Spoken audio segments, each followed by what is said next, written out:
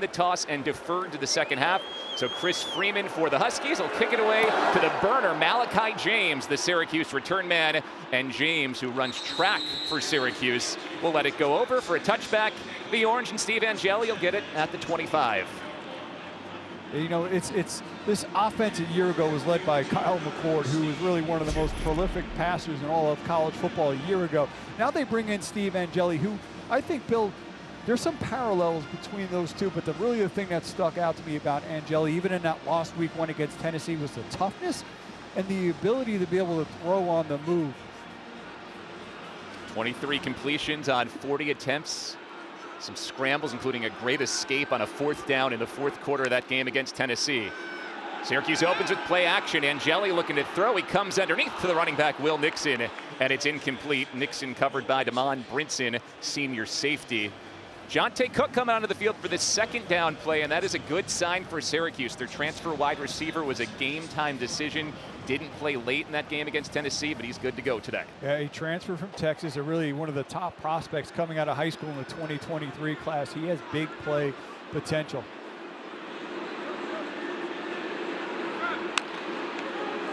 Angeli to throw again. He comes underneath. Tight end Dan Villari is open for a 1st down and a gain of 17.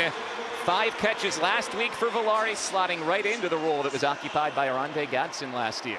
Nice job by Angeli of working through his progressions, coming underneath. He had his tight end wide open over the middle, making sure you move the chains. 2 seasons ago, Syracuse saw Villari at quarterback, running back, tight end, and more last year behind Gadsden in the tight end rotation. This year, a primary target. First run for Syracuse is blown up. Ben Smiley, the transfer from Virginia, gets in the backfield and sends Will Nixon down for a loss of 2. Yeah, Smiley is a player that UConn coaching staff is really excited about. He's able to quickly come looping around, breaks free. This is a UConn defensive line that's going to give up size to Syracuse, Bill, within the trenches, but they are very active. Very rarely do they ever just fire off the ball. See 3 transfers on that defensive line, and all of them have Power 4 conference pedigree: Virginia, Nebraska, and Arizona State. And it's 2nd down and 12. Blitz coming. Angeli stands in, fires, and completes it to Darrell Gill. Set up 3rd and manageable. Gill at his best game of his career last year against UConn. But there you see from Angeli just the ability to stand in there. It brought some pressure. Things started to collapse a little bit around him. He just stayed in there, was able to step in that throw, get the completion, and set up a much more manageable 3rd down. Really the thing that Angeli was very highly touted coming out of high school. Didn't get a lot of reps at Notre Dame. When he did, he made the most of them, and I think he's really just shown great composure here early on in his Syracuse career. 3rd and 5 near midfield. Yasin Willis checks in for the first time next to Angeli. Some confusion in the alignment here for Syracuse as the play clock is ticked down to 3. And the Orange will burn their first timeout. There were a few of those issues in week 1 against Tennessee as well, with a quarterback making his first start for a new team, where the Orange had to use timeouts after getting plays in late. So Fran Brown uses his first timeout. 2nd year for Fran Brown with the Orange, and what a first season. Syracuse fans want to see today. Can they get that back? Correct the wrong from a week ago, get the ship righted, and get back in the win column. It's a 3rd and 5 for Syracuse. The Orange need the UConn 48 for a 1st down. It's a give to Yasin Willis, and he has a huge hole. 1st down and more into UConn territory to the 35. He gets 18 yards on 3rd and 5. Yeah, Demarius Washington, the big right tackle, really one of the more experienced guys coming back. Does a great job. You see him on number 1, Smiley, driving him off the ball, gave a soft edge there for Yasin Willis to be able to get there.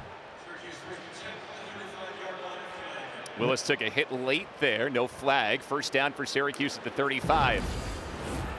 Go right back to Will Nixon, and he falls forward for a gain of 2. Vincent Carroll Jackson, another one of those D-line transfers for UConn from Nebraska, makes the tackle. But just to go back on what you said, he delivered a little bit too. Yeah.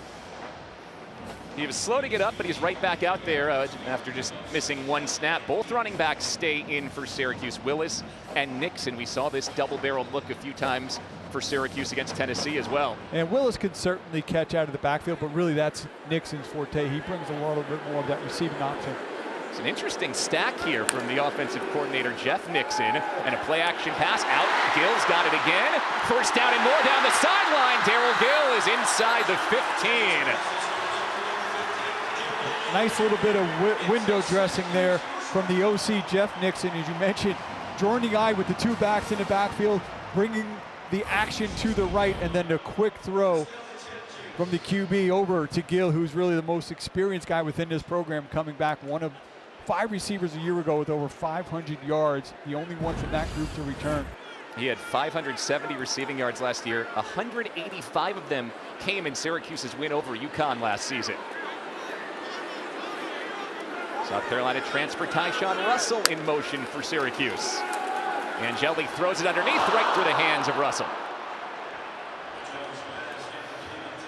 185 yards for Darrell Gill last year. It was his first career 100-yard game. Big part of Syracuse's 34-24 win over UConn last year. Yeah, he certainly he brings the experience. A little bit quiet last week, only 2 receptions for 33 yards. But he has shown what he could do from that really dynamic passing attack a year ago. But on that previous play, though, it just seemed like lack of focus, almost a little bit of like laziness and just trying to bring that in. That should have been a completion, as kept what's really been a nice opening drive going. Second down. Willis gets his second carry, tries to lower the shoulder, and he's completely stacked up by a swarm of Husky tacklers. Antonio Harris Jr. was in the middle of it, transferred from New Mexico and plays defensive end.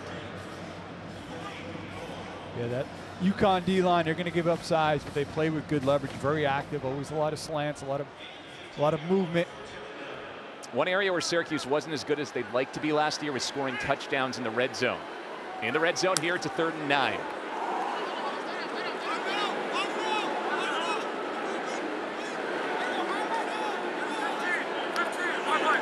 Syracuse can get a first down inside the 10. Needs the UConn 7. Angeli has time. Pumps underneath. Nixon finds it, swivels inside, and gets right down near the sticks. He is just short. 4th and 1. Fran Brown has a penchant for being aggressive in these situations. I like that call here, being aggressive. It was a nice job there. Again, going through the reads by the quarterback, checking down to find Nixon, at least set him up in this situation of this 4th and short. Could also see potentially here, maybe just try to draw him off. Willis in at running back. Play clock down to 10. It's a direct snap. And let's see. Looks like Syracuse is short. Willis and Angeli were looking to the sideline. It was snapped to Villari, who was cutting through. And Syracuse is cut down a half a yard short. UConn stands inside the 10.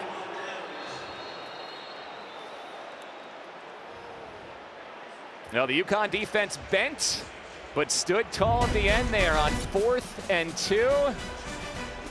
Not fooled by the trickeration from Villari. And UConn stops Syracuse inside the 10.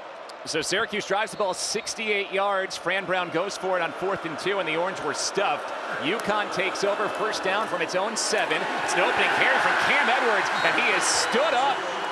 That was the major talking point from defensive coordinator Elijah Robinson for Syracuse, is before anything else, need to stop the run. Syracuse does it on first down and puts the 7th-year, 24-year-old quarterback Joe Fignano in a passing down.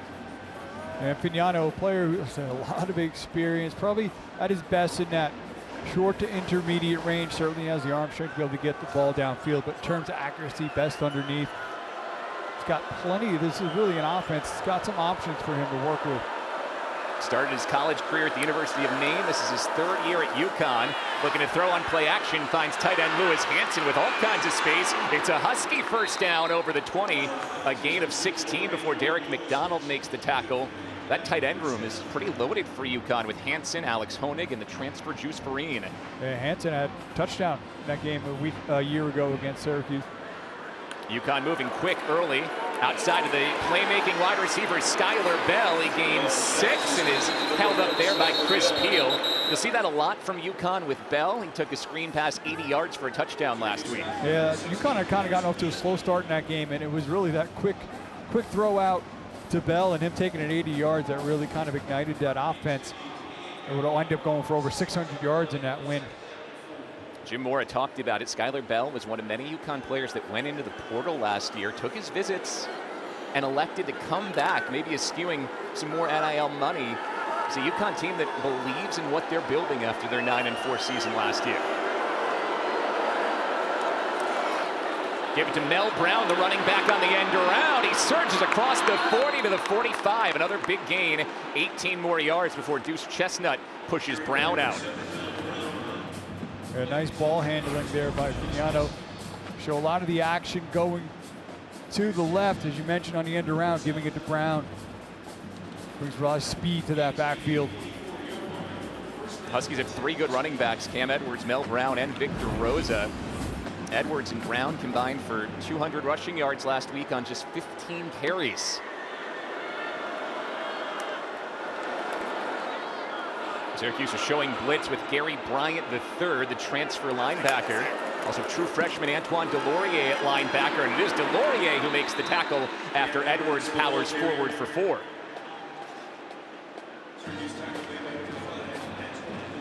Antoine Delorier is a specimen. True freshman out of Montreal, 6'1", 235. I mean, look at the veins popping out of the arm muscles there. Yeah, I mean, but 2 true freshmen within this defense with Delorier, and then number 1, Demetrius Samuel at corner. Yep. And Samuel just 17 years old, making his second start. Vignano on 2nd and 5 takes a shot down the sideline and missed Bell, who was blanketed by Chris Peel, the transfer defensive back, who Fran Brown coached a couple of years ago at Georgia in that defensive back room. Yeah, Peel can run, but really just a little bit of miscommunication. It's a throw. Bell's an excellent route runner. Came back for that back shoulder, but too much on it. And this is where Syracuse, can they get that pass rush going here in this 3rd down, 3rd and medium? UConn's got some options here. And can they get off the field? They struggled to get off the field on 3rd down against Tennessee last week.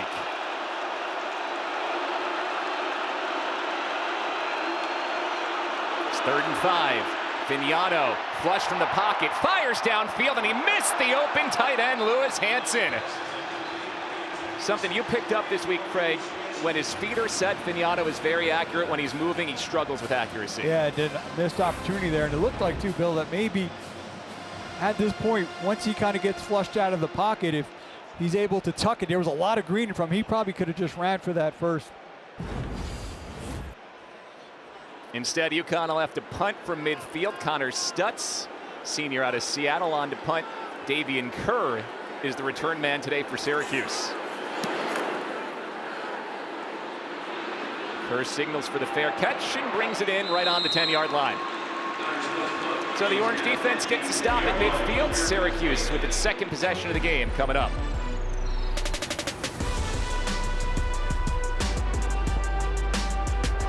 Few plays in that opening drive. Yeah, they were able to get Ben Smiley right there, number 1, gets back in there. Nice job filling by the linebacker, Diomande. And then on 4th down, I love going for it, but the defensive line was able to hold tight and force a turnover on downs. And the offense, even though they didn't score on that one, Bill, they were still able to get to midfield, flip field position after starting deep in their own territory. And if Syracuse is going to do it, they're going to have to march downfield again, but hopefully this time be able to continue the momentum and finish. Angeli threw it for 48 yards on the first drive. Syracuse also ran for 20 yards on the opening drive. Start with a pass. Angeli, open middle, takes advantage of it. He can move a bit, and he gains a good chunk on 1st down, 6 yards to set up 2nd and 4. Something the Syracuse coaches talked about is maybe he moves a little bit better than folks on the outside think. Yeah, well, I remember him coming out of high school, and even when I watched him last week, I was like, oh, he moves a lot better than I remember. Syracuse going quickly here. Yasin Willis bumps to the outside. He's hammered, but runs through the contact of Diomande. Ball came out at the end. Willis ran through the first tackle. He fumbles it going to the turf, and UConn recovers at the Syracuse 19. First and 10. Connecticut. Interesting to see. Looks like his left knee might have been down. Our replay official today is Matt Stelgis, ACC crew. So he'll take a look at it here. And we'll watch Willis, who blew up Omar Diamande, but then on the second hit lost the ball. Yeah, you could clearly hear that collision up in the booth. Is that The ruling left on the field knee? was a fumble recovered by Connecticut. Previous play is under further review. That left knee was down, yeah. Devin Pringle came in to try to rip that ball out, but at least from our vantage point, looks like Willis's knee was down. Yeah, that left knee is the one that's going to go down.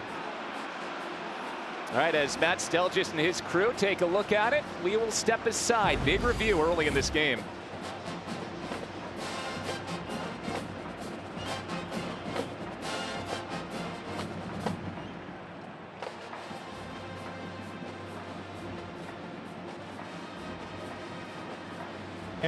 It get a little crowded in there, get lost, but your left knee's going to go down. You're going to see right in there that he still has clean possession of the football, and after that knee is down is when you see it get ripped out. Right call there to Syracuse. Escaped an opportunity there to. Big 3rd and 1 though, and the Orange going nowhere. Went for the quick run to Willis, and UConn gets into the backfield. It's Omar Diamande who had a big hit with Willis on the last play that submarines in and brings him down for 4th down. Yeah, had a nice tackle on that little package we showed coming back off of that first drive. Second time here in a short situation that this UConn defensive front that is giving up size is still able to stay low, win. It's a big Syracuse offensive line. A lot of talent there, but a lot of guys who haven't played much together. So communication, something that you're working on against a team that moves as much as UConn does on the defensive line. First Syracuse punt, Jack Stonehouse might be the ACC punter of the year this year. It's a big leg, but we've got a whistle first and a flag. Delay of game. Syracuse doesn't get the snap off. Happened once on the punt last week as well. And upgrading and kind of improving among special teams is kind of a big theme of this offseason as well. New special teams coordinator Ricky Brumfield. Fran Brown said he was pleased with special teams in week 1. They covered punts well, but he told us he gets on his coaches too, and he was in Brumfield's ear there after that delay of game.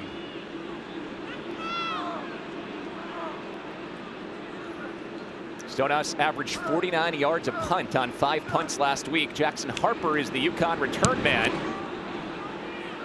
It's a high kick. Harper brings it in at his 39 and is hammered at the 40. Jaden Hart, who's a 3rd-string running back. Beg your pardon, that's the linebacker Moultrie Goddard, who shares 22 with Hart, who makes the big hit on Harper after a gain of 1. Yeah, nice job by number 22. You see him in his lane coming down. Just as the returner thought he was going to have a lane on the outside. You see number 22 right where he needs to be, squaring up with a nice hit. Oh man, every reason to be excited there in that special teams play. This big punt as well, right out to 49 yards, just 1-yard return. That's what Stonehouse does well, and it helps flip the field a bit. A good field position for UConn, starting 2nd drive of the game at the 40.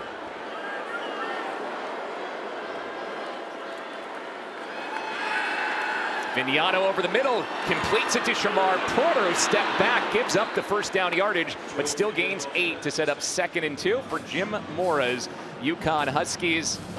We talked to Jim Mora this week, and Craig, he said, you know, there's been progress, still miles from where they want to be. A big part of that is trying to get into a Power 4 conference, but that 9-4 record last year was UConn's first winning season since 2010.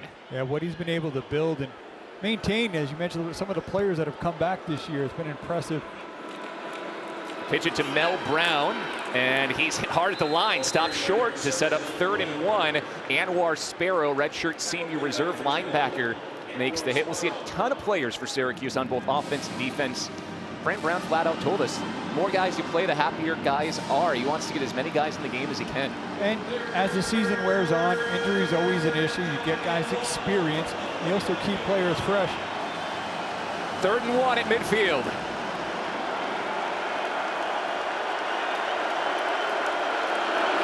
It's Edwards into the pile, and he pushes forward for a UConn first down, gaining 2. Lewis Hanson, the tight end, made a strong shove to help Edwards forward. Talking with the coaches earlier today, he's only listed about 5'11", 210. But they called him kind of more the bruiser. Showed it there, was able to kind of get in the pile, keep those legs driving. And really now in 2 drives, what Syracuse wasn't able to do, get a pass to change, Cam Edwards able to kind of drive forward, pick up that first down. Rushed for 830 yards last year. 115 yards on just 6 carries last week. False start on UConn. 69, offense, 5-yard penalty, still first down. It's referee Gary Patterson, first penalty called today, and it's on Ty Chan, the Notre Dame transfer, who had moved up into his starting role at right guard this week. Yeah, Ty Chan out of Lawrence Academy.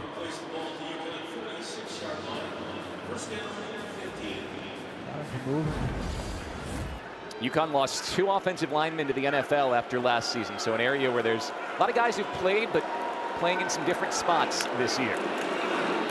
Mel Brown looking to sweep, tries to cut it back. Sparrow ankle tackles him for a gain of 2, and it's 2nd and 13. Nice job.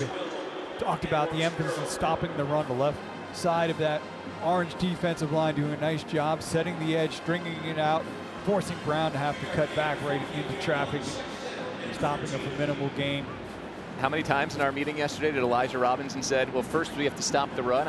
I think I had to count at 5 or 6. Every time we asked him about Vignano or Skylar Bell, it was, we'll get to them, but first, got to stop the run. On 2nd and 13, this is Terrence Smith. He's a speedster, but the Orange were ready for him. Just a 1-yard gain, and it's 3rd and 12. And so far, Elijah Robinson will have to be pleased with how his defense is stopping the run. And this is a team that last week, 0 team sacks. A lot of the sacks from a year ago. Devin Grant is actually their leading returner amongst the player with sacks, and he's out today. But this is where they wanted to be. Because they stopped the run, they now put the offense in an obvious passing situation. Give this defensive line a chance to pin their ears back a little bit. It's 3rd and 11. First home game of the year at the JMA Wireless Dome, and the crowd coming to life. It's a screen pass to Edwards. Sparrow runs through the block. Edwards chugging toward the line. He moves the legs, and he gets the first down. An 11-yard gain as Edwards cut back and found the seam. Those are the backbreakers for defense. Yeah, they only bring 3, right? And they set up the screen. They do a nice job recognizing, but you see the body, 63, 69, 73 out there. Quick to the outside, Ramello Murphy, a transfer, gets forward to the 30, gaining another big chunk. 2nd and 1 upcoming after the Arizona transfer. Murphy takes that out flat. We go with some tempo here.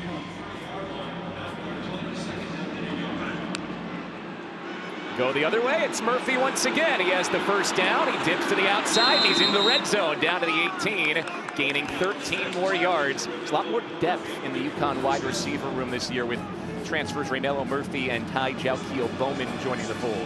Yeah, I mean, you referenced the tight ends a little bit earlier. This is an offense that certainly has plenty of options at its disposal. First trip to the red zone for UConn.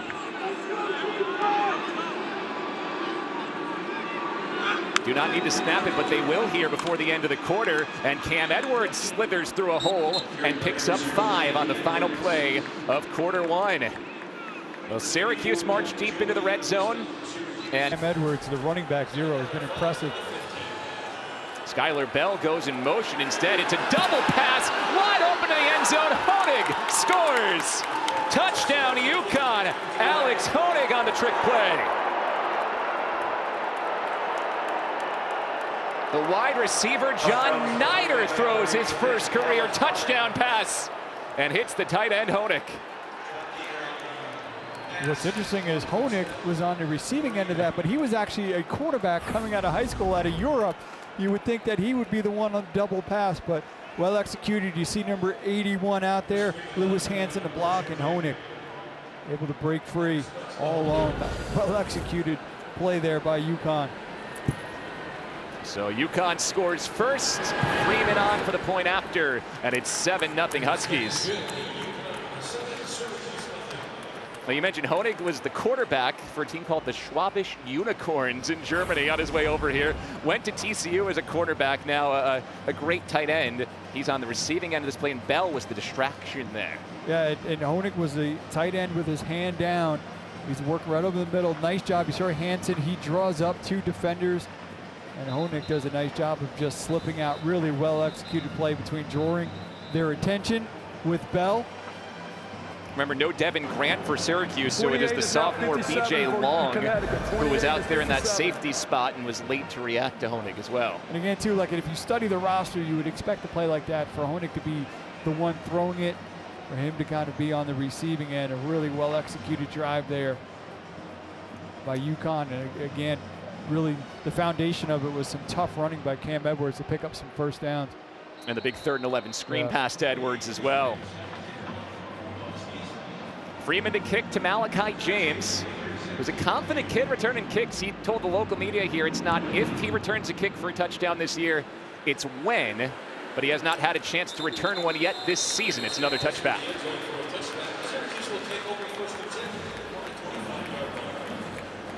So 2 drives for Syracuse. First one moved the ball well, stall in the red zone. There was a drop that was a big part of that. Didn't move the ball much on the second drive. What would you like to see from Jeff Nixon, the offensive coordinator, on this 3rd drive? Yeah, I mean, it's a slow start, but it's still early in this game. I think we've talked about it too. I think throwing the ball is in their DNA, but I think still early on, and for the rest of the year, they got to go out there, be able to establish this run game, get more consistency on the ground. They're going to start with Nixon in the backfield on this first play. It's a give on the RPO, and Nixon surges up the middle for a good gain of 6. 2nd and 4 upcoming. Safety Lee Millette in on the tackle. And we talked about a little bit earlier, Bill. This O-line's got a lot of turnover from a year ago. But talking with head coach Fran Brown, he seemed really excited with the way that unit was coming together. I think you got to let them build some confidence, kind of establish themselves, be able to fire up the football and create some running lanes.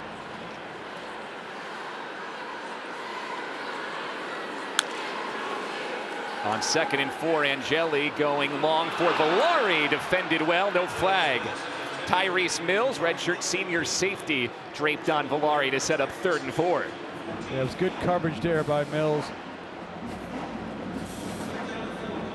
He had that 2nd down opportunity, but again, almost you get that nice first down run. You kind of want to say, you know what, keep pushing your chips in that direction, do it again. Now setting up a 3rd down. But obviously a much more it's a manageable 3rd down. It's an area where they often look to Jonte Cook in the slot, number 2. He's in the bottom of your screen and in motion now.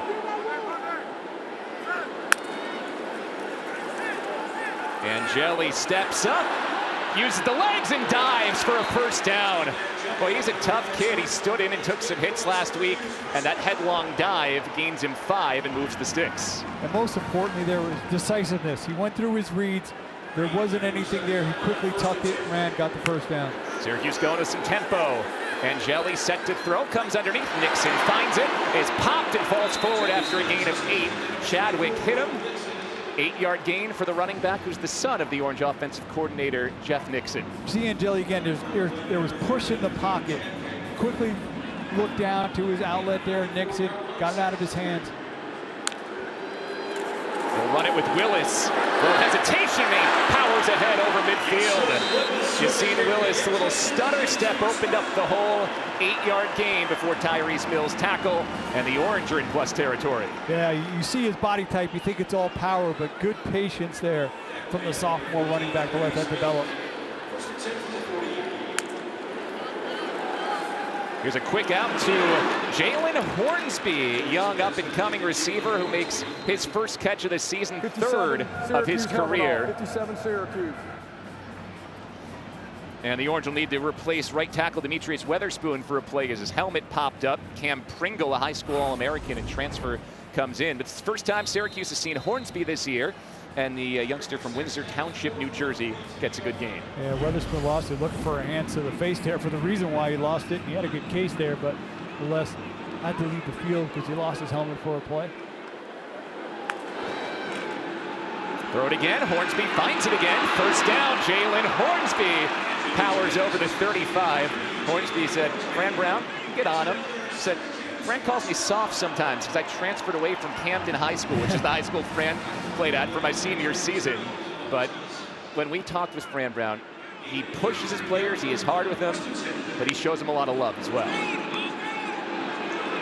Pocket holds for Angeli. Now he's pressured from behind, and Ben Smiley takes him down for a sack and a 1-yard loss. Donovan Branch was in there as well, and it's Branch, the senior linebacker, who will be credited with his first sack of the year. Yeah, that's just hustle by Branch and just staying after it. See him there working on the inside. Nice pocket movement by Angeli, but at some point, a little bit too much time in the effort there from Branch, able to allow him to stay after it. Protection was there, good pocket movement, but at some point, that internal clock in your head has to go off. You got to get rid of the football. Running back Willis is lined up in the slot on 2nd and 12. Angeli finds Valari open in the middle of the field. First down, Syracuse inside the red zone. It's a gain of 19. Angeli's now 8 of 11 for 89 yards. Yeah, they only bring 3, clean pocket. Nice job by Valari of finding the soft spot in the zone.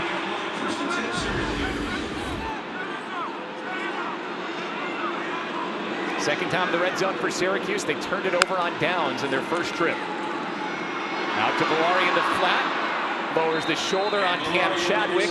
Ryan Parham, the linebacker, helps get him down after a 5-yard gain.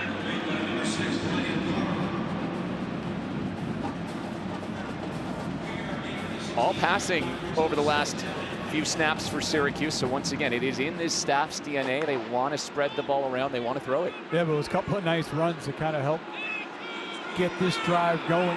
I had a really nice drive to open this game. Can this offense now finish in this opportunity? Angeli moves the pocket, looking for Jonte Cook. He seams it into him for a mid-range gain, and a 3rd and 2 upcoming. Good open field tackle by Damon Brinson on the very athletic Jonte Cook.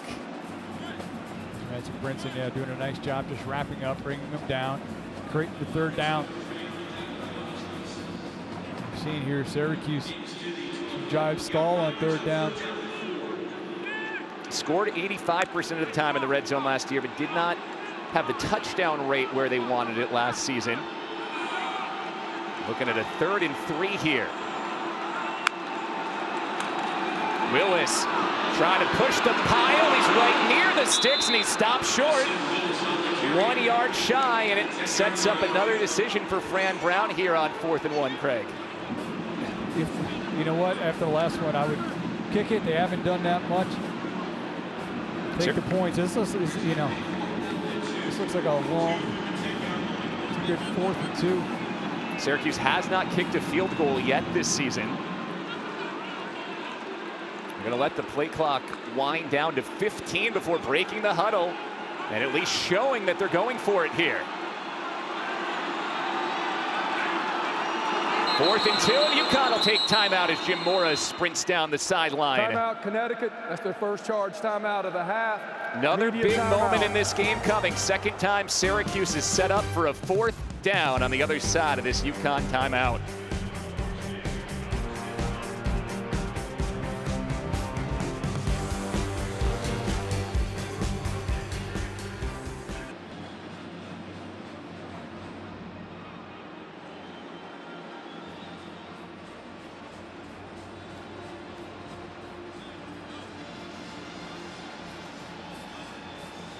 Second time today, 4th and 2 in the red zone for Syracuse, and once again, Fran Brown is going for it. On the first time, they went with a little bit of a trick play, and Valari was stopped short. And it's about the same distance this time. They try to kind of power it forward, put it in the air. 3 backs in the backfield with him. Need the 9-yard line for a first down.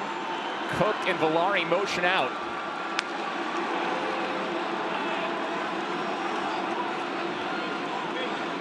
See here, maybe try to gift one. That's the way they're kind of acting. Unless they're going to wait to the last second to snap this.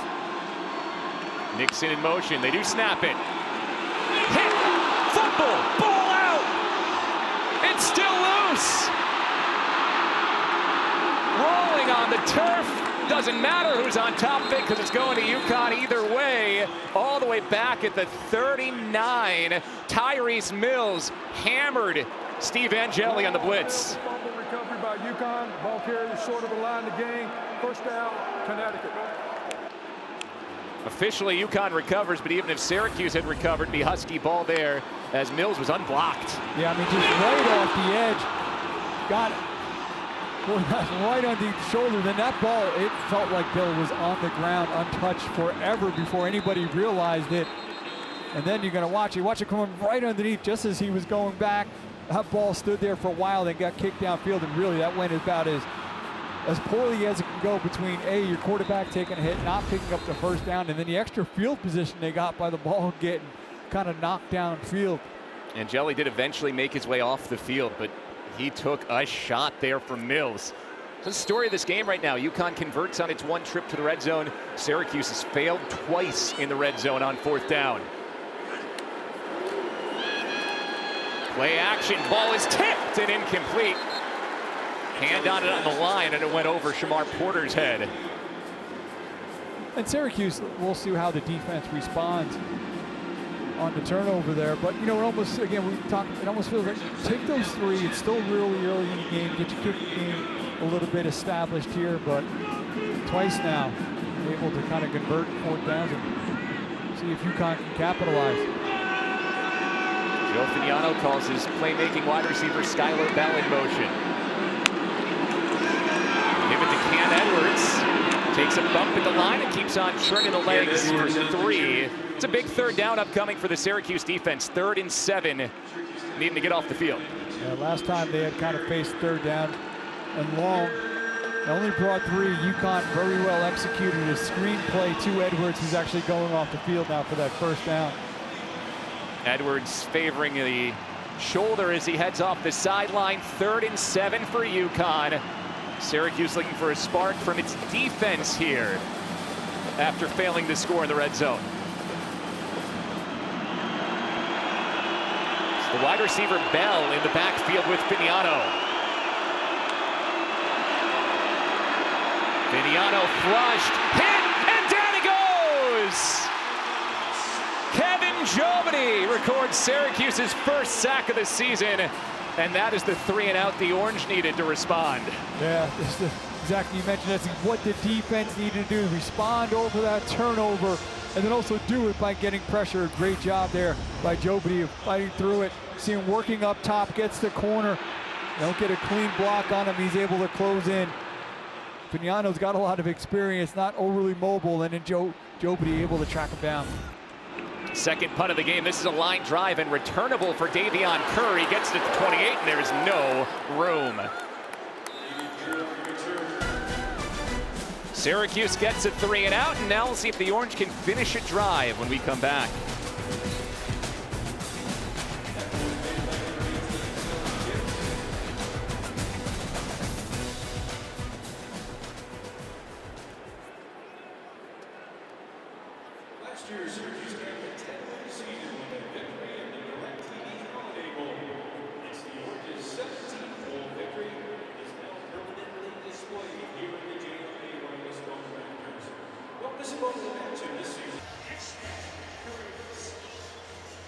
So the Syracuse defense gets the 3-and-out it wanted, so Steve Angeli and the Orange offense get it back here. Angeli took that big pop on fourth down last drive, but looks like he is okay. 10 for 13 so far for 94 yards for Angeli, but UConn's defense has stood firm when it's needed to, particularly in the red zone. Yeah, this is a defense that's really active, a lot of movement. Early on, we saw Ben Smiley, #1, getting into backfield. That was a fourth down where the defense stepped up, and then the nice double throw here to the tight end, Honig. And then on that last drive, get a sack there, and then on 4th and down, Tyrese Mills with a big hit. UConn would get the ball back. The Syracuse defense on that play would wind up responding, but get the ball back to their offense with a chance here. Try to get this offense going and finish a drive. Maybe inject a little life into this building as well.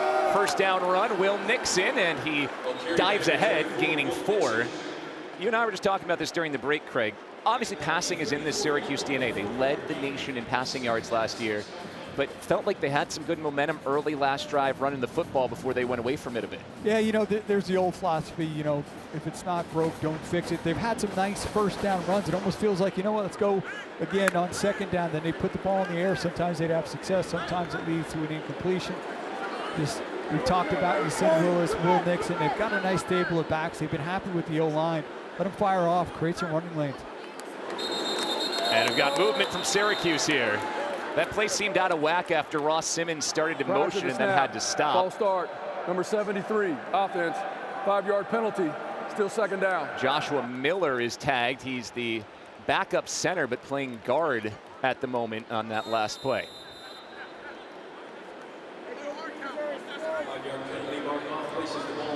But just throughout this first half, a lot of it seemed almost at times one step forward, two steps back. Yep. 10 new starters on offense for Syracuse, so maybe you should expect some growing pains. That being said, no one wants to hear that in week 2. The coaching staff certainly doesn't want to hear that. Angeli going to throw the sideline route. Blanket coverage as Gill was defended well by Pringle, and it's 3rd and 11. They're letting Pringle play there. They brought pressure.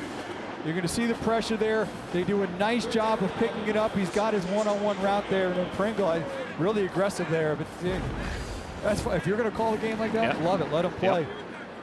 Pringle was a Division II All-American last year at Grand Valley State, getting a shot to show what he can do up at this level. Yeah, usually a lot of talk from the FCS to the FBS. Yeah. That's a big jump from D2, but Grand Valley State, one of the top D2 programs. So it's 3rd and long. UConn drops 7 into coverage. Angeli down the sideline again on the tip. It's caught. Inbounds, no, out of bounds, incomplete. Nearly picked the first time and then almost picked again. Aaron Key broke it up. Yeah, there was a little bit of a pocket there. Angeli tried to hit it. A nice job by Key. Pick it up. You're going to see to the right of the screen. There's a little bit of a window there. Watch Key just elevate. Well played there on number 5, the graduate. Pringle trying to say he got his foot in, but looked like he may have just been on the white. So 3rd punt coming for Jack Stonehouse. Another high, deep boot to Jackson Harper. Harper avoids a hit and goes out of bounds after a 1-yard gain. Hey, they've held Syracuse off the board. Only gave up 14 points, but he was not happy with the overall effort from week 1.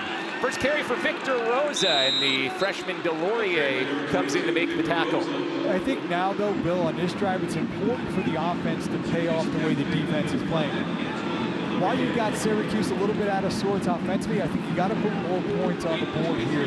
Start to put Syracuse a little bit on their heels. I think it's important for this offense to move down the field and at least get 3 on this drive. I know it's still early, still a lot of football to play, but at some point you got to pay off the way your defense has been playing. Rosa, the redshirt junior from Bristol, Connecticut, stays in the game at running back on 2nd and 9. Play action. Vignano's got time. He lets it go, and he missed a wide open Lewis Hansen. Threw it behind him. There was a big gain out there if he put that on the numbers. Yeah, I mean, that's really nice job initially on selling that handoff. Good protection. That's where it is with Vignano. He can make some really nice throws. Here's another one. The second time in this game there's a throw he should have made. Makes it the right read, goes underneath, just leaves it behind his tight end. So it's another 3rd and long, 3rd and 9 for the Huskies. Vignano was sacked on the last 3rd down. Has to move the pocket, throws off his back foot. Bell along the sideline brings it in. Spotted right near the sticks. This will be very close with Delane guarding Bell. And he is less than a yard short. 4th and 1. With the lead and the way your defense is playing, you'd imagine Moore will punt here, right? Well, I listen, at this point, you're going to see Smiley doing a nice job working back to the chains. Getting a lot of contested there. You see the strong arm. I would have at least see if I could have gifted one. Not Syracuse to jump off sides. So Bell kept the yard from the sticks under cover from Greg Delane, and now it's the third time we'll see Connor Stutz punt it away to Davian Kerr. That's a high snap for the second straight time, and down goes Connor Stutz. Second week in a row that UConn has bungled a long snap, and it sets up Syracuse inside the red zone. And overall, they have been happy with their special teams play. Their game started out last week with a poor snap. This one was a chance. See, the punter is gonna be off. Heidi was right. He does a nice job, but by the time he's able to recollect it, you see the blue jerseys around him. And now special teams. Sometimes in a game, your offense is struggling, your defense is struggling. Now, special teams is giving this offense a great opportunity here in the red zone. That's Zach Christenat, the long snapper, for the second week with some trouble. And it was honestly a heck of a play by Connor Stutz to even get a hand on it and keep it from rolling into the end zone. Does Syracuse capitalize here? First down from the UConn 19. Well, pop pass to Tyshawn Russell, trying to turn the corner, and he is well covered the whole way side to side. No gain. Omar Diamande, the linebacker, and Donovan Branch both stuck with him. Russell had to cut that up. Yep. He had a blocker in front of him, and he kept bouncing it. You're going to see Willis is going to be leading him. He's got to put that right foot in the ground and get right up behind where Willis is, right off his butt. They had it, well designed. Russell wound up bouncing it, missed opportunity there. Russell had a good week last week, but a tough start for him today. A drop in the red zone early in the game. And now no gain there.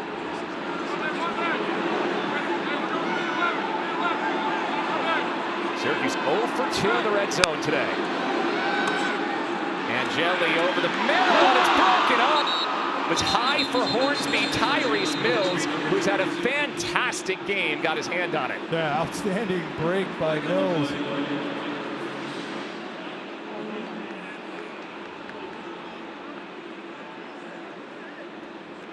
There is a flag down, and it looks like it's likely on Syracuse because referee Gary Patterson's checking with Jim Mora. Offense, that penalty's declined. Third down. UConn declines the 5-yard penalty to set up 3rd and 10 here.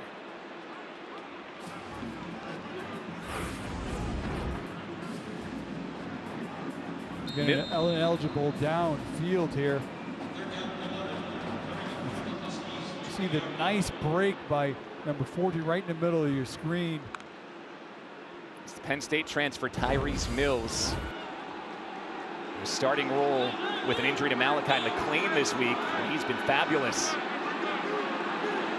3rd and 11 for Syracuse, again stalling out in the red zone. Angeli gets it out quick, and he overshot Will Nixon. The first down was there if he brought it in. Ben Smiley put the heat on, maybe forced that pass to be a bit high. And for the first time this season, Syracuse will kick a field goal. Yeah, I mean, actually got to take that, but bringing some pressure, disguising, he has it just a little bit off target by Angeli. It's the Iowa transfer Trip Woody. This is his first career field goal attempt. Officially from 38 yards, and Syracuse was down a player. They have to rush Dan Villari on here. Now UConn will look to substitute, which will run even more clock. Play clock down to 3, now 2. And Syracuse burns a timeout. Second time they've had to use a timeout on special teams today. And tactical substituting from UConn there to force it. I mean, when you don't kick many field goals, sometimes many people forget what team they're on. Costly there. So the redshirt freshman will have to wait through the break before he attempts his first college field goal.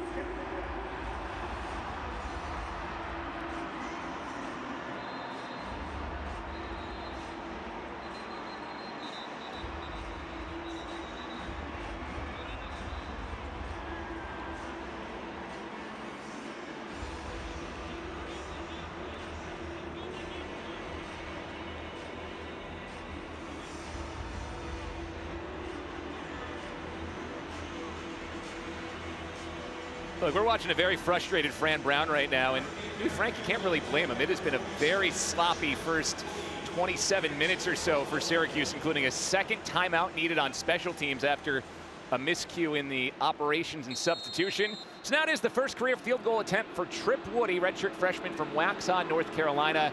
This is from 38 yards. And Woody splits the uprights. Kicking was a big issue for Syracuse last year. They brought Woody in from Iowa, wins the job, and gets the orange on the board. Now 7-3, but that's a win for the UConn defense after the turnover.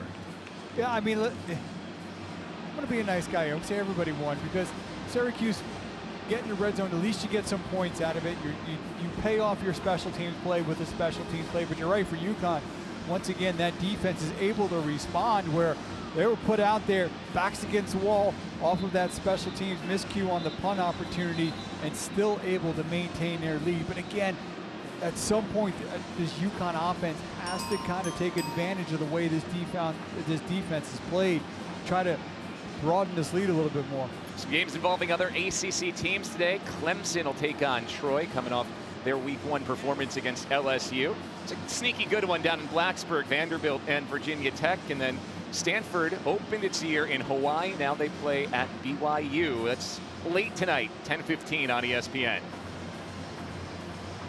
First time we'll see Syracuse kickoff specialist Jaden O. Picked a handful of touchbacks against Tennessee last week. Mel Brown is the UConn returner if he gets the opportunity.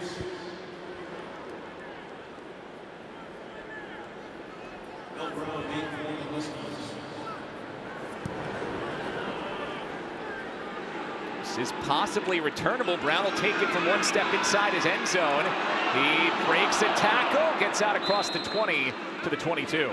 23-yard return for Mel Brown. And now the 3.5-minute drill for UConn, who also gets the ball to start half 2. Yeah, it looks like Cam Edwards is in that huddle. We saw him kind of go off, holding his shoulder. He's a big part of this offense, some tough running. Good to see him back out there.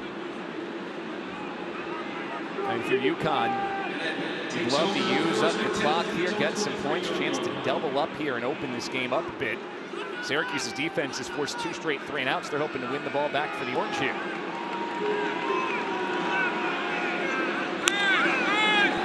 Vignano, quick out, Shamar Porter. Make a nice move around Amara Pariola to the outside. A little shimmy shake on David Amara Pariola allows Shamar Porter to pick up a UConn first down. Yeah, Shamar Porter, he's always kind of been good after the catch. A 4-star prospect coming out of high school, signed with Kentucky. Came this way last year via the transfer portal. Nice move there. Nice play on first down. Those quick outs, big parts of UConn's offense. Let their playmaking wide receivers try to win one-on-one battles in open field. Edwards runs, cuts it back. There was a nice sized hole and a 5-yard gain to set up second and manageable and wind the clock down below 3 minutes in the first half. Yeah, heavy zone run team. Been a little bit more kind of gap scheme earlier on in this game, but that's what Edwards does so well. So patient, sees those cutback lanes, setting them up here in a nice second down. Opportunity to potentially put it up in the air or keep it on the ground. You don't need to go fast here. UConn still has all 3 of its timeouts, plus the 2-minute timeout, and they want to limit time Syracuse could have with the ball later on. And Syracuse not in a position to counter because they only have the 1. That's right.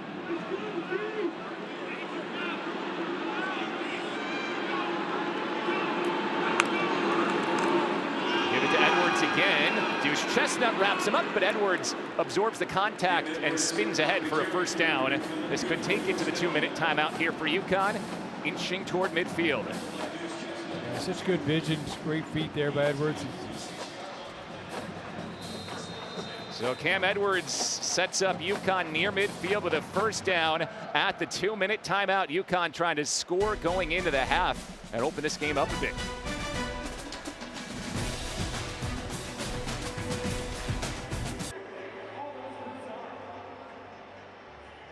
Syracuse, they've moved the ball, but they haven't finished drives, and that's why they trail 7-3. Angeli's also missed on his last 4 passes, which has stalled Syracuse a bit. So it's UConn driving.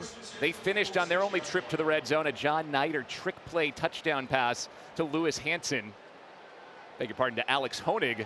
The only touchdown in this game. Here's Terrence Smith, the speedy wide receiver / running back, who gains 4, keeps the clock moving.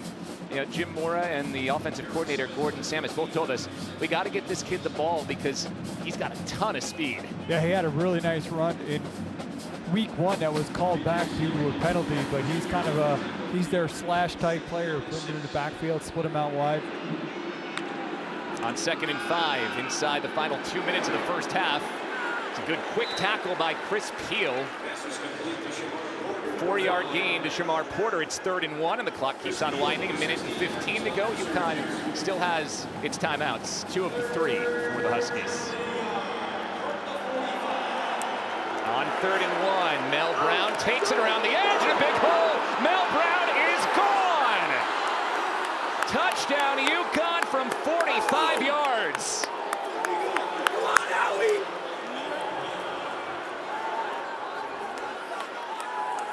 We talked about needing to capitalize on the way their defense is playing, and on that drive, they certainly did, as we saw the speedster, number 7, Mel Brown.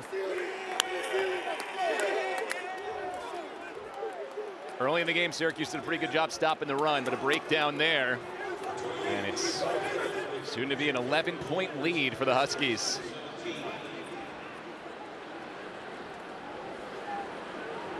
Leave just 1 minute and 2 seconds on the clock for Syracuse. Freeman on for the point after.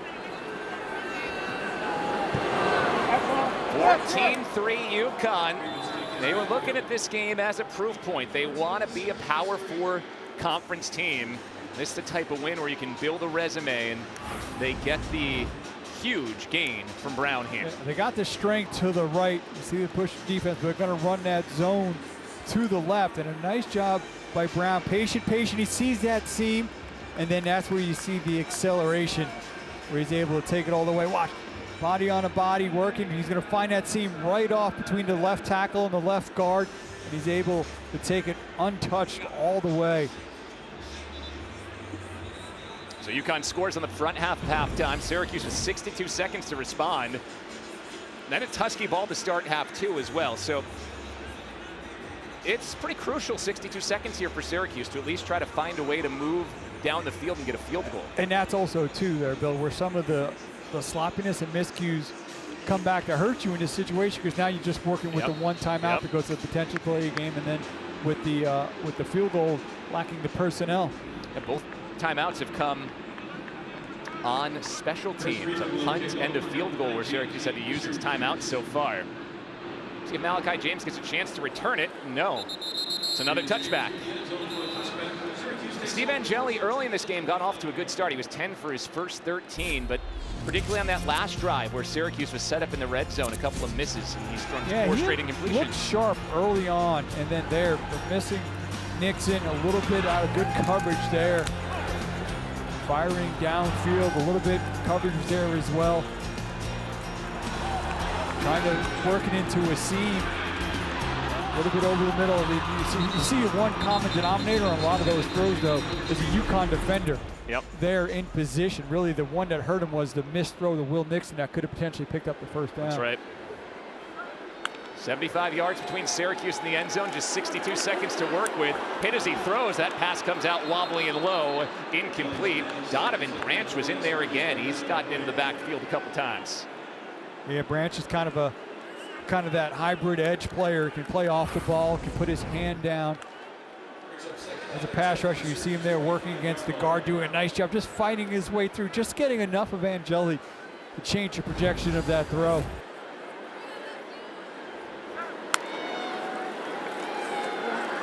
Nixon couldn't stand up for the block. Ball's in the air and nearly picked. Tyquan King got a hand on it. Carroll Jackson obliterated his matchup on the offensive line and hit Angeli as he threw. Yeah, just straight power there. There's a flag down in the backfield. It's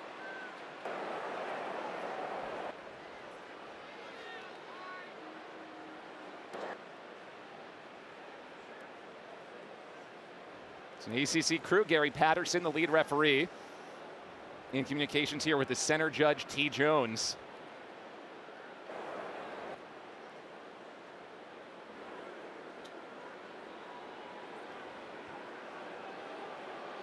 A lot of conversation here. I wonder if they're Was it a high hit yeah, on I think they're Angeli? looking at, because there was a collision there. Now, Carroll Jackson got there with straight power. You could hear a little bit of a collision from up here when they connected, and I wonder if he's communicating, potentially looking at jargon. You see, Yeah, no announcement. see Jackson maybe pleading his case there a little bit.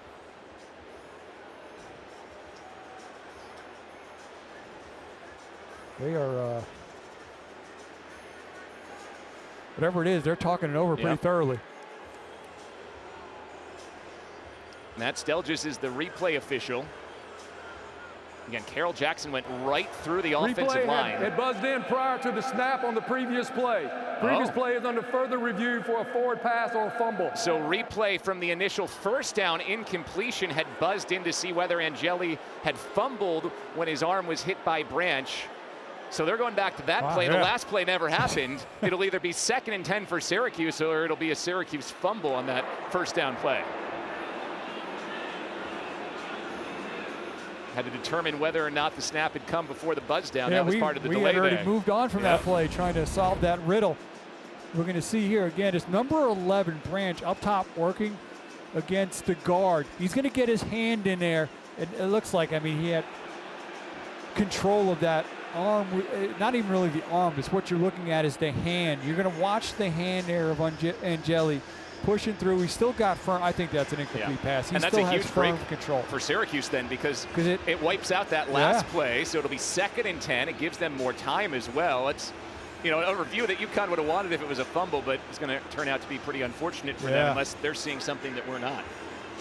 Yeah, you know, again, they always, the old verbiage used to be is the arm coming forward. It's the hand, but to me, Bill, looks like he still had firm control of that football when the contact was made, and really by Branch being able to get his hands on it, he just kind of was able to take away the power from it.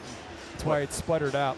Think if that ball had been picked on 2nd and 10, it nearly After was further there. review, the ruling on the field is upheld, incomplete pass. So the ruling upheld. The next play never occurred. And that is spot on from Gary Patterson. We saw nothing. What play? What play? But in all seriousness, that was very nearly a UConn interception wiped off the board. Instead, 2nd and 10. Pressure, yeah. I don't remember. Have you? I'm trying to remember watching a lot of football, like a replay buzz that kind of came that delayed. That delayed, yeah. And led to about a minute of discussion just on whether or not it had come in time. Please reset the game clock to 58 seconds. It's all been a little sloppy today. UConn leading 14-3. But all in all, it kind of seems to get you down to 50. It seemed to kind of work in Syracuse's favor here. If they can make it do so by creating some positive momentum. 5 straight incompletions for Steve Angeli. He's 10 for 18 here in this first half. Gets this one out quick and does hit a completion. Taquan King doing a nice job right there on the spot to make the tackle. Yeah, just a 6-yard gain as King brought down Dan Villari, so the clock keeps on winding. 3rd and short and only 45 seconds to go in the half. Syracuse absorbs the blitz, and this time Villari's open deep down the field across the 50 to the 47. You mentioned it right there. It was a nice job of absorbing that blitz, giving Villari the time to get open. Quick snap, 34 seconds to go before the half. Coming underneath, the Orange will take the incompletion as Yasin Willis couldn't bring it in. Get a chance to get a couple of plays in here with 28 seconds to go before the half. Yeah, the one-time Nebraska signee, Vincent Carroll Jackson, in the backfield again, getting good pressure, kind of forcing Angeli to almost have to kind of go airborne to even make that throw. Villari was the top target so far in this half, 6 catches for 66 yards. We talked to Fran Brown inside of about 53 yards. That's Trip Woody's territory. If the Orange need to kick something in the 55-plus range, they're likely looking at Jaden O here late. Angeli for Villari, right at the sticks. Villari goes forward and picks up the first down. He's having a heck of a first half, and the Orange are now inside of field goal range with 20 seconds to go before the end of half one. Clock down to 15, still just the one Syracuse timeout. Angeli takes a sideline shot for Darrell Gill. He's clobbered, and he brought it in. It's a catch. Pulled in at the 11 as Gill absorbs the hit and gets a foot down.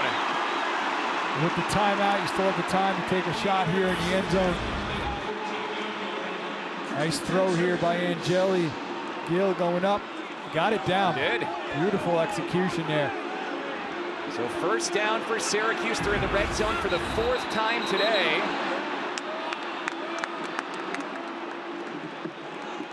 We'll see if the booth's going to take a look at this one. That's another great review break here for Syracuse on this drive. I think Jim Mora may have called the timeout in order to give the booth a chance to look at it a bit longer. He ran down the field to the sideline. Connecticut does not charge a timeout. We have a catch, first down. The clock will start on the snap. So call upheld. Connecticut and Jim Mora wanted to make sure there was a look there. 9 seconds to go before the half. It's the 4th time Syracuse has been in the red zone today. They only have 3 points to show for it. Yeah, I guess in a quick hit play, you want to make sure, because obviously the ruling on the field is a catch. Previous play is under further review. So now we're going to look at it. I mean, it looked like he'd be good if he made that catch tomorrow. And I think on these field turf fields, the dead giveaway. Watch the black fly up. See it? Yep. Yep. That left foot looks like he got down. Yep. Now, I get UConn wanting this because, again, that was a big play. But now with the one timeout, you're also giving Syracuse a chance on the snap to get one play off, still have that timeout if you need to line up, kick a field goal. Yep.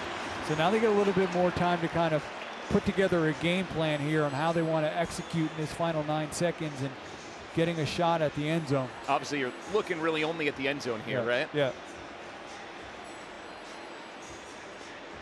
It's a heck of a catch by Gill. Yeah, it was great. I get where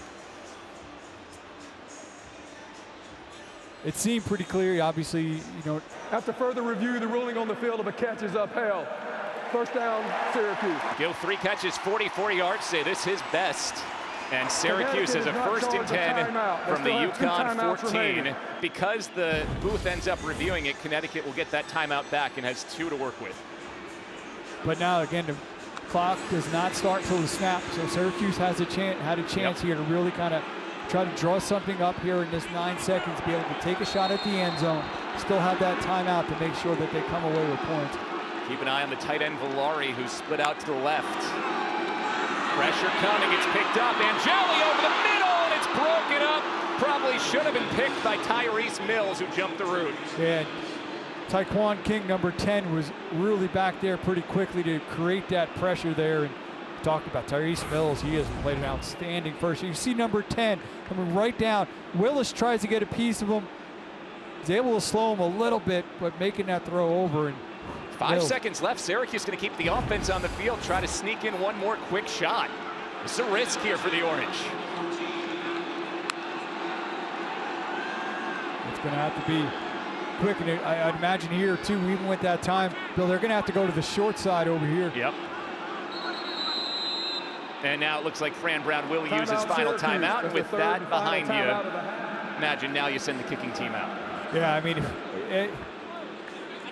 you have to, I mean, because again, they had to burn timeouts earlier in this half, but that was, they say Father Time waits for no one there, and 5 seconds trying to execute that with one timeout, you would have had to do something really quick to that short side. And I think it's important that you've kept bringing this up because, you know, at the beginning you take a timeout on a punt, you don't think too much of it, but those 2 timeouts cost Syracuse maybe 20, 25 seconds more chances toward the field here to go to the end zone.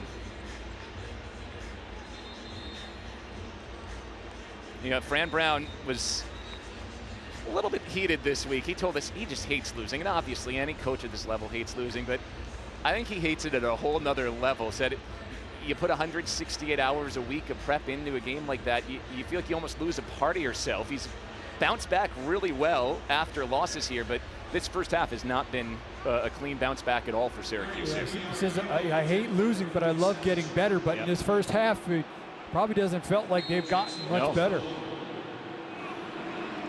Trip Woody was good from 38, his first career college field goal earlier. This one from 32 late in the half. Snaps a bit low, good hold from Stonehouse, and Woody delivers it right into those good hands Back-to-back field goals for Trip Woody. That closes out the second quarter. Syracuse does manage some points here, but UConn will have the football when we come back. Red zone for Syracuse and just 2 field goals. They were stopped on 4th down twice in the red zone. Settled for field goals the other 2 times. The Huskies start the second half with the ball. Mel Brown, who already has a touchdown today, going nowhere on the return, and a flag comes in late, which will likely back UConn up with some tough field position to start half 2.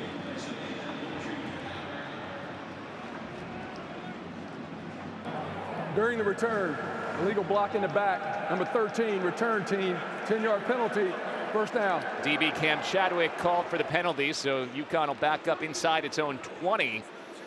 Joe Fignano's done what he's expected to do, 10 of 14 for 87 yards. Missed a couple passes, but for the most part has gotten it to his playmakers. Connecticut's rushed for 73 yards on 15 carries, but 45 of those 73 came on the Mel Brown touchdown run. Yeah, but like nice balance, 15 carries, 15 pass attempts. They've done a nice job really offensively of being balanced, and a lot of those big plays coming, especially that one Mel Brown right at the end of the half, but they've really done a nice job offensively of working the run and pass. UConn starts at its own 10. Running back Victor Rosa in motion. Fignano out quick for Skylar Bell. There's the breathing room, and there's a first down. Bell gains 11 before he's wrestled down by Chris Peel and Demetrius Samuel, the 17-year-old quarterback who starts for Syracuse. 7th-year college player, working the way of the 2nd youngest player in all of FBS.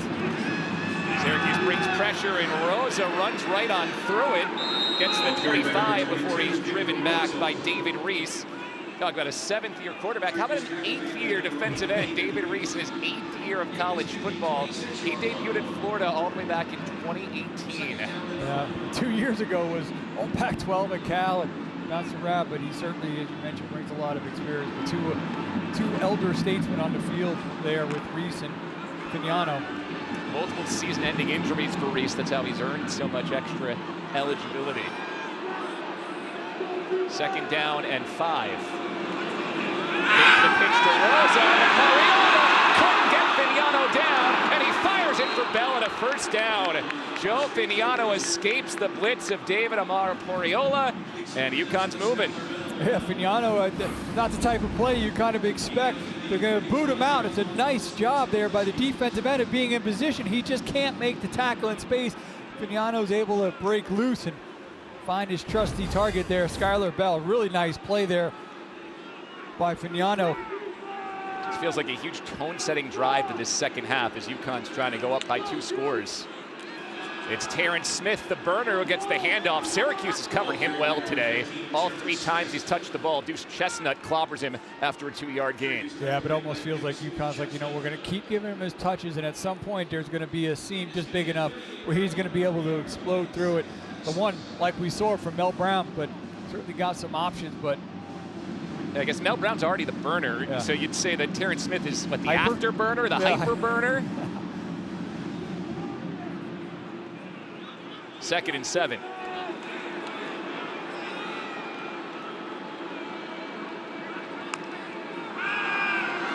Clean pocket, Fignano, a quick hitter across the middle for Alex Honig. Caught the touchdown earlier. This time it's a 4-yard gain. Chris Peel with the hit.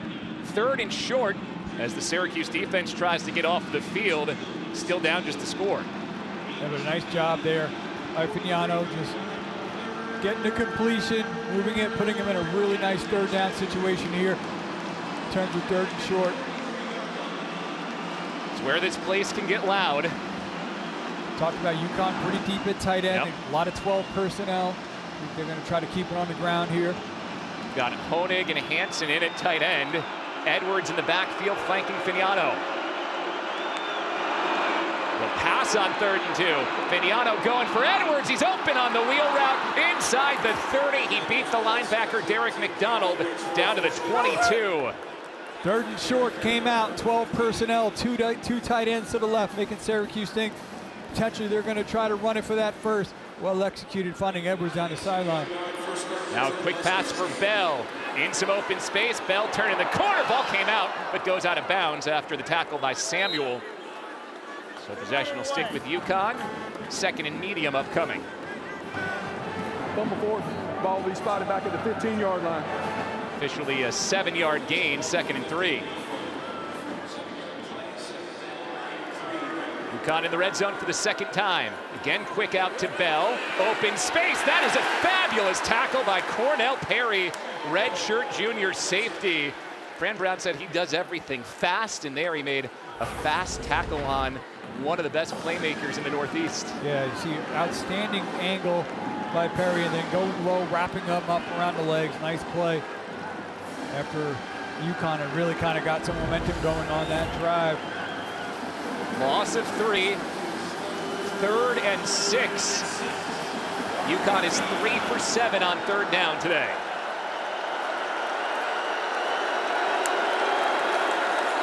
They'll run it with Edwards around the end. Gary Bryant, the 3rd, snuffed it out. Former FCS All-American linebacker at South Dakota makes the hit and forces a UConn field goal attempt. Yeah, really that play was kind of started by number 9, Isaiah Hastings. He got a great push into the backfield. You're going to see number 9 fire off. He's going to push back the tackle in the guard and allow the linebacker to clear over the top. Chris Freeman on the kick. Last week, an up and down day for him. He made a 29-yarder, but he missed from 35. It is exactly a 35-yard field goal once again. Going to give UConn a 2-score lead. Nearly pulled it, but just sneaks it inside the upright. And the Huskies jump ahead by 11. So UConn starts on its own 10, drives to the red zone, and takes 3 points. Huskies up 11.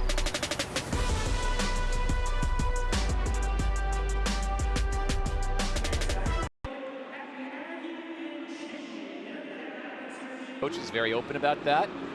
I imagine there was some fire in the locker room at halftime. Yeah, well, some of what we saw on the sidelines was a preview. I'm sure he was pretty fired up at halftime. First chance for Malachi James to return a kick this season, and he's cut down short. Only makes it to the 15.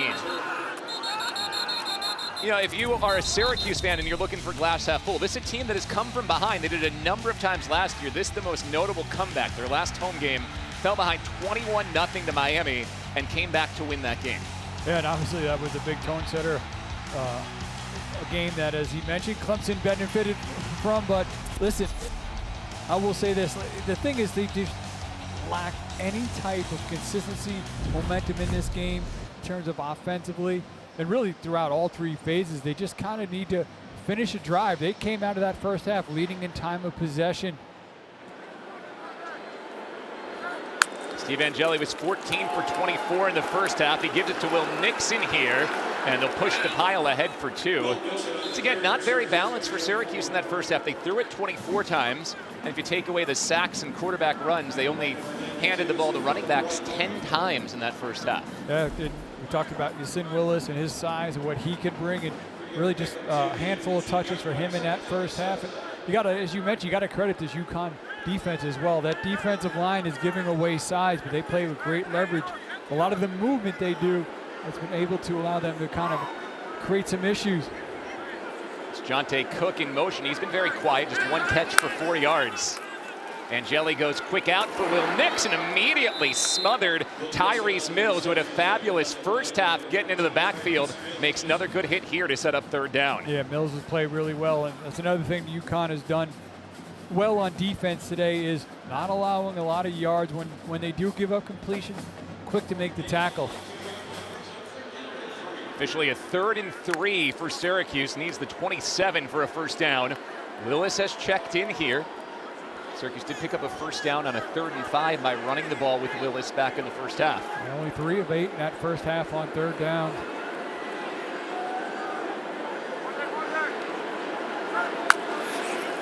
Throw it here, Angeli gets it out quick, throws it high, and missed Justus Ross-Simmons, who is yet to bring a ball in today, and the Orange go 3 and out. Devin Pringle was in the hip pocket of Ross-Simmons.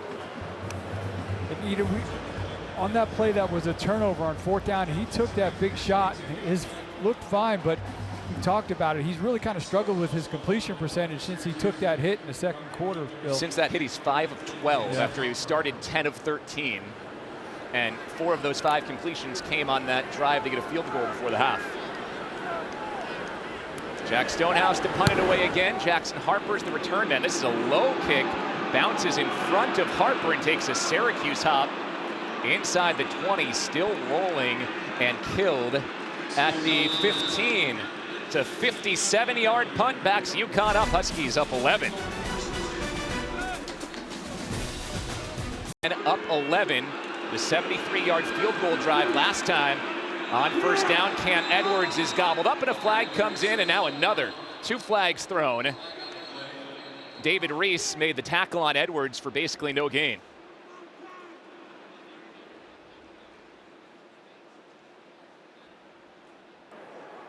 Personal foul, illegal blindside block. Number 13, offense, half the distance to the goal. Repeat first down. So that's Chris Parker, the wide receiver, who gets tagged for the blindside block. Half the distance to the goal, it'll be about an 8-yard penalty. And number 13 is going to be coming from the left side of the screen. See him watch it. You can't do that. You have to. The only way you could do is with open palms. He comes in, leans into him. Easy call there for the officials. So first down and 18 for UConn. Now the Huskies backed up inside their 10. Syracuse has talked about emphasizing takeaways this year. This would be an opportune time for one of those.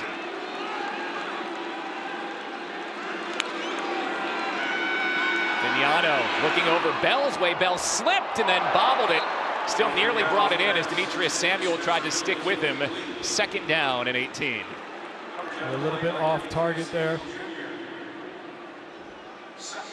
Trying to find Bell again. He's a few targets today. Maybe one of the more underrated wide receivers in all of college football. Big numbers a year ago. All things considered, you can say Syracuse has done pretty well on Bell. They've limited him to 6 catches for 38 yards. But that Husky trick play for the first touchdown, the big Mel Brown run for the second. Big difference makers at this point. Edwards trying to go wide, and he is swallowed up. David Amapariola, who missed a big tackle earlier, hits one in the backfield here. It's 3rd and 20, and with an 11-point lead, Chris Peel also there to make the hit. You wonder if Jim Mora will say, hey, let's play it safe here on 3rd and 20. Yeah, trying to bounce that outside. You see Peel do a nice job of slipping the block, breaking down, making that tackle here. Play by the Georgia transfer, Chris Peel, 3rd and 20. Crowd trying to help spark the orange as UConn's backed up to its own 5. Thinking draw here. Draw, screen up. Vignano setting his feet, throws underneath. Shamar Porter's got it. Still has a long way to go. He turns the corner and he's tackled right near the sticks. About a yard short as Shamar Porter nearly turned nothing into something. Instead, UConn will have to punt. Romello Murphy was a big reason why they came so close. He had a great block. They're going to just go underneath the Porter. Now watch number 6. See if he gets in the screen here. See him right there making 2 blocks. Just fell short of getting that first. Now you got to watch too the snap here. You remember Zach Christianot missed one high for the 2nd straight week back in the first half. And they had an issue in week 1 as well. It's a good snap this time. Stutz nearly had it blocked. He got it away. Kerr calls for fair catch and makes it at the 31.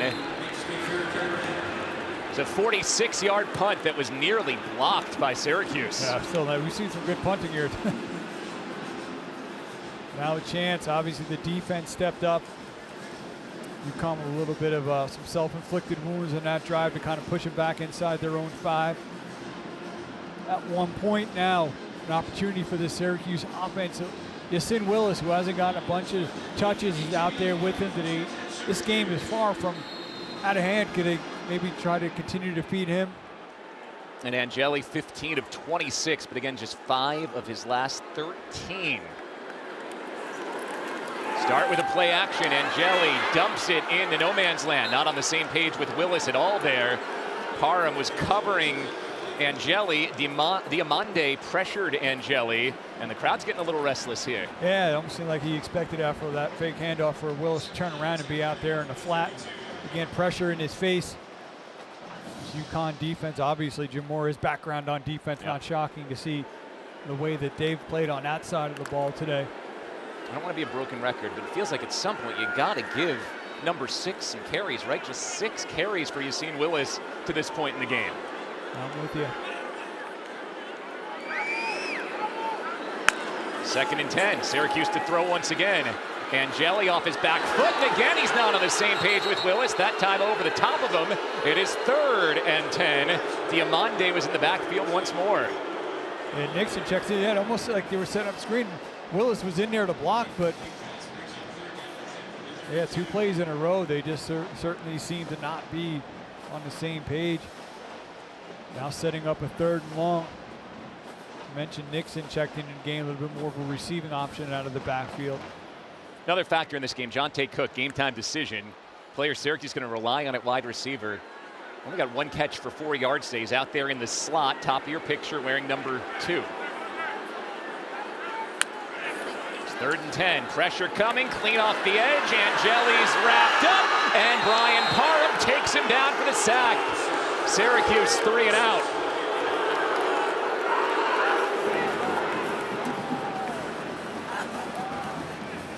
Yeah, nice job, Parham, getting around the edge, and he had to come a little bit wide. And you're gonna watch Weatherspoon kind of blocks Angeli's escape route. He comes around, he tries to get near his tackle, allows Parham the opportunity to be able to come back on it and make the play. Another Jack Stonehouse punt. When the highlight of your day on the offense side of the ball is what you've done on punt coverage, it's not always a great sign, but the Orange have covered punts incredibly well here. That's Daryl Gill, the wide receiver, who just slobber knocked Harper there for no gain on the return. Crunching blow from Gill, but now the Orange need to get something going on offense. UConn up 11.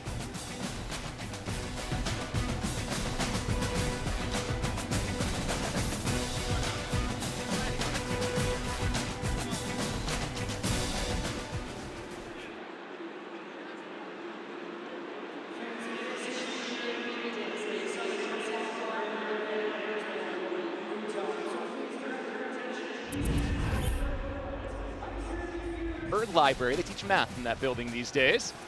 That's false advertising. 17-6 lead for UConn. The defense has been fabulous, particularly here in the second half. Now can the offense capitalize? Vignano avoids some pressure, gets it to Skylar Bell. Getting tackled well in the open field, this time by Greg Delane Jr., but not before a 7-yard Bell gain. Yeah, it's obviously it's a 3-phase game. It feels like for Syracuse, you and I were talking during the break, that they need their defense to kind of help maybe ignite that torch a little bit, help that offense out. But a really nice play. I mean, how does a player like Bell get that wide open, even though it was underneath, setting him up here, a nice 2nd down. 2nd and a long 2. Call it 3 for UConn here. That long of a 2. Pitch it wide, Victor Rosa turns the corner. That's a 1st down as Rosa's sent into the UConn sideline by Gary Bryant III after gaining 6 and a 1st down. Yeah, nice job blocking out there on the edge, including the redshirt junior, Ben Morawski. You mentioned it to me during the break, but this feels like a drive for UConn where you could really start to take control. The way that Syracuse has struggled to move the ball today. If you go up 3 scores, that seems like a mighty high mountain for the Orange to climb. Romello Murphy slips a tackle, cuts back, 1st down in Orange territory at the 40. And I like the way, I thought they were a little uneven in that week 1 win, maybe because they're offensively they were so powerful against Central Connecticut State, but I really like the way that these Connecticut receivers are blocking out the edge for each other. Well, and one of the things that Gordon Samus, the offensive coordinator, told us is, hey, I'm a former offensive line coach. I tell my receivers, you don't block, you're not getting the ball. You can go play somewhere else. Exactly. And it seems like today that message has gotten through because they've done a really nice job of helping each other out and those throws out to the edge. Rashard Perry is the injured Syracuse player, reserve defensive lineman down at midfield. There is Samus. You know, one of the things that Jim Mora told us, he had that stint where he was an analyst for us over at ESPN. So he watched a lot of the great college coaches during that time, tried to learn from them. And one of the things he kind of deduced is that all the great head coaches, they're really CEO types. They don't call the X's and O's, they manage the program. So he said when he got to UConn, he kind of started thinking about himself less as an X's and O's coach and more as the mentor type, emotional leader, guy who's there for his players and has really been hands-off, allowing his coordinators, Samus and Matt Brock, to run their units. Yeah, I mean, running an FBS program is a lot. You got to be able to delegate, and it seems like he's been able to do that. And has been rewarded really by both of his coordinators today, because on both sides of the ball defensively, we were kind of joking around earlier about how, you know, Matt Brock, the defense coordinator, like he wears every play on his sleeve, and that unit has really played well for him today. And then on offense, doing a nice job as well. Samus calling a good game, good balance. So after Perry's helped off the field, first down for UConn at the Syracuse 40. Cam Edwards in at running back. 9 carries, 27 yards for Edwards today. He's been limited. Here's his 10th touch.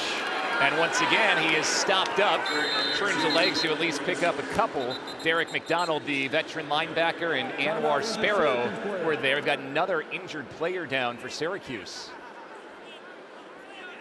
It's George Rooks, the Boston College transfer, who's slow to get back up.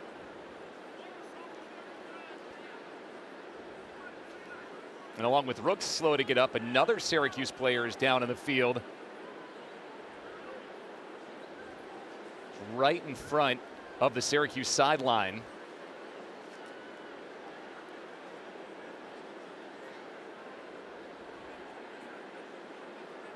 And it is the defensive end, Dennis Jaquez. Second time we've seen him down on the field today. We were told before the game he woke up a little under the weather as well, and it's been a physical game down there in the trenches.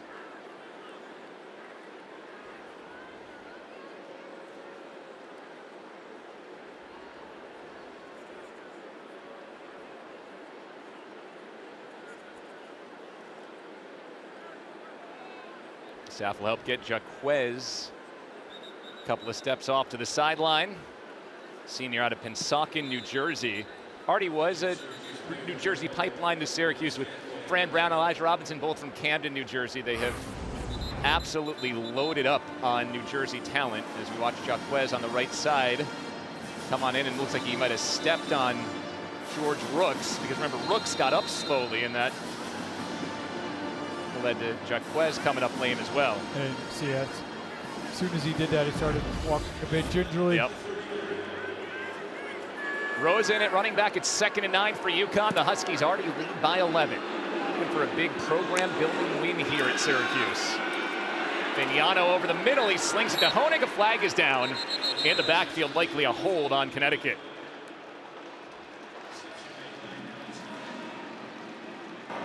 Holding. Number 78, offense, 10-yard penalty, repeat 2nd down. Right tackle Karsten Cassidy gets caught this time, and will send UConn into a 2nd and 19. Cassidy working at the right tackle right up top. See number 8 trying to get the edge there. That is Reese.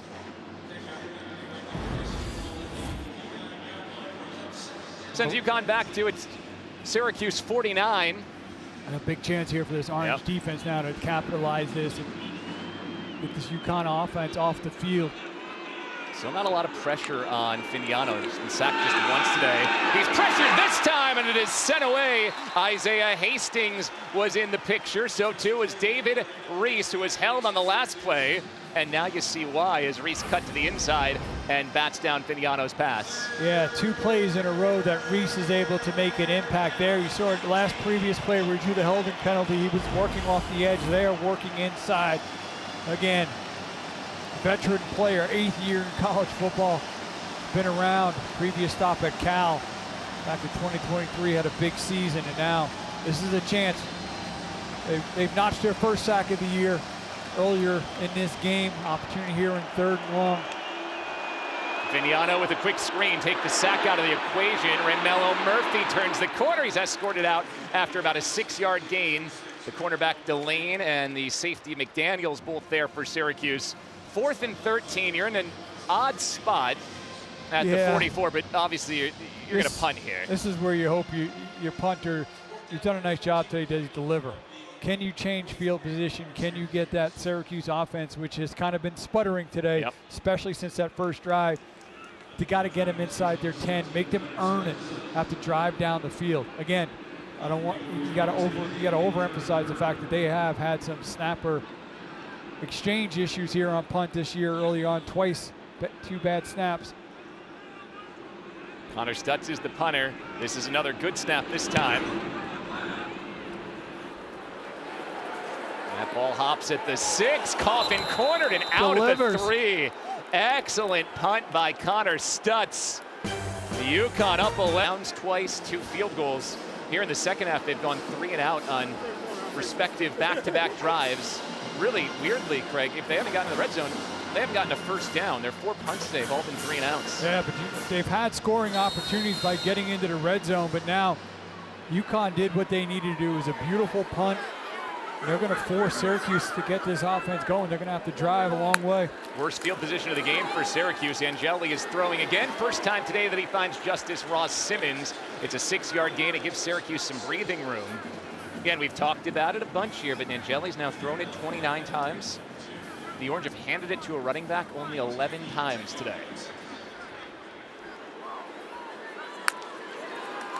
Here's number 12, Yasin Willis on the carry, and he's swallowed up. Willis tackled by Ben Smiley. Brian Parham helped him out at the end, but Smiley's gotten in the backfield a couple of times on Willis. Well, Willis wanted to punch that up inside between the guards. There was nowhere to go. He tried to bounce it. Nice job by Smiley, just staying home, playing his assignment. He was there to swallow up and be able to make the tackle. Sets up a 3rd and 4. Syracuse still looking for its first down of this second half. 3 and out on each of its first 2 drives. Gill, the lone receiver, to the bottom of your screen.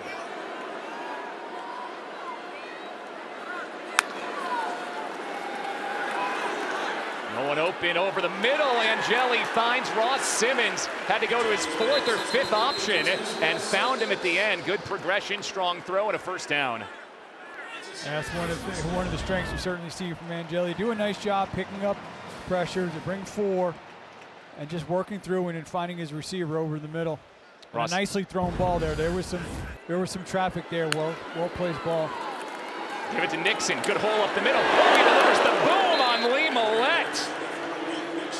It's a loud 5-yard run by Will Nixon. You don't think of him as the cruncher in this Syracuse backfield, but he did there. Yeah, no, he came. He was the hammer in that situation. He delivered the shot. 2nd and medium for Syracuse.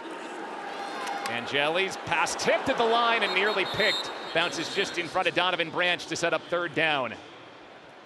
They've been able to kind of get to Angeli and get a piece of him there, getting good pressure, altering a throw again.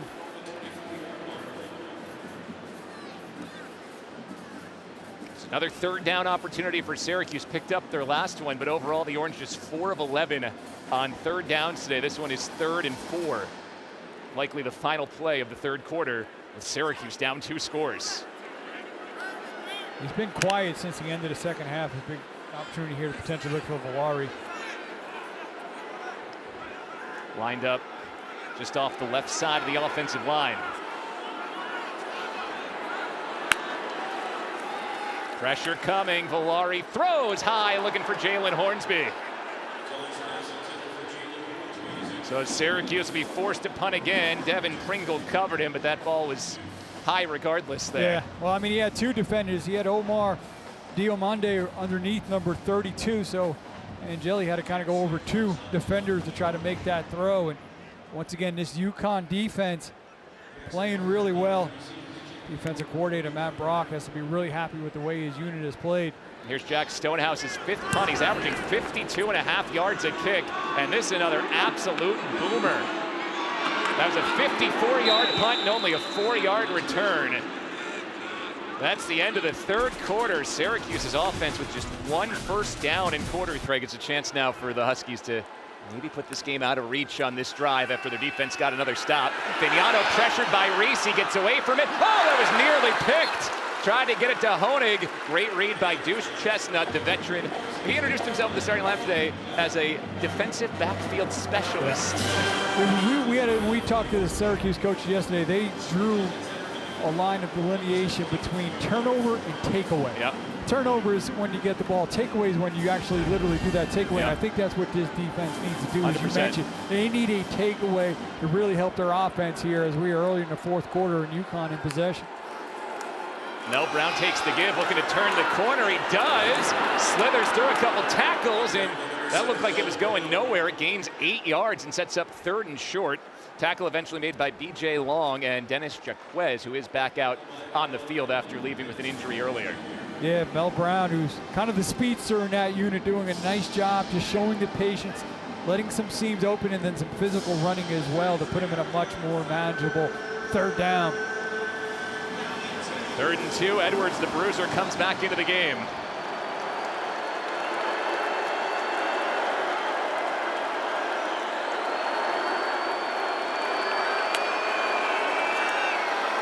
Finiano lets it go deep, looking for Bell. That short hopped him. Incomplete.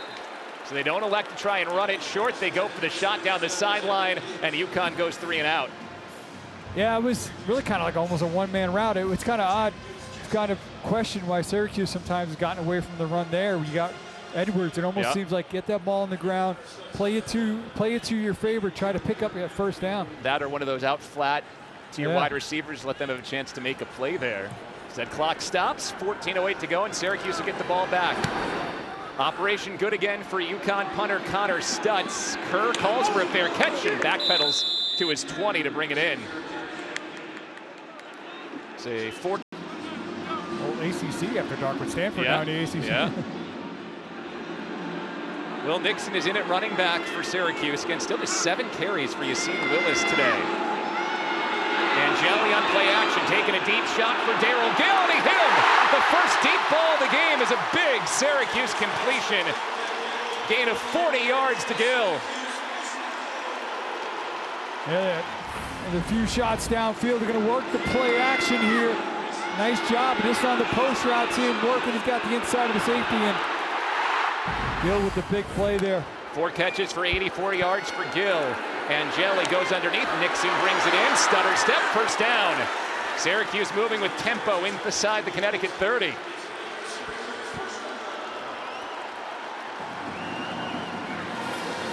Yeah, trying to build off momentum with that big throw downfield. Play action, looking for Gill, batted up and down. Guess who it was once again? Tyrese Mills, who was not the starter before an injury last week to Malachi McLean. He is not going to give that starting job up very easily. He's saying, hey, making the most of the opportunity there. Going up, he just like, you don't even see him. He was hiding behind a blue and orange wall, then came popping up. 2nd and 10, Yasin Willis checks in for Syracuse and splits to the outside.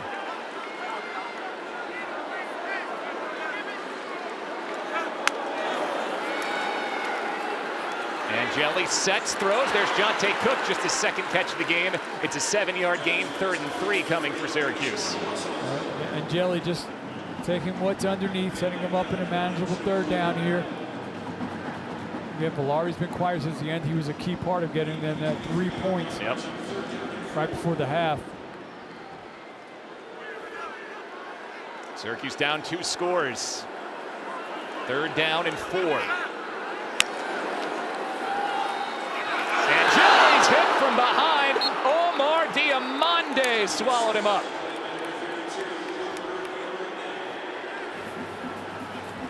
Hey, he was just a free rusher on that one. It looked like they just brought 4 and still able to pop him loose. You know, Diamande right there working in the middle. They also brought number 11, and they just turned him loose. Angeli had no chance there. See him coming right from the left, between the left guard and the left tackle. So here's Trip Woody. He's made 2 field goals today from 38 and 32. This would be a new long from 48.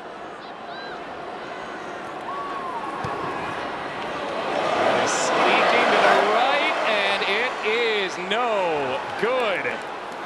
That is a backbreaker for the Orange. The sack knocks him back, and a missed field goal.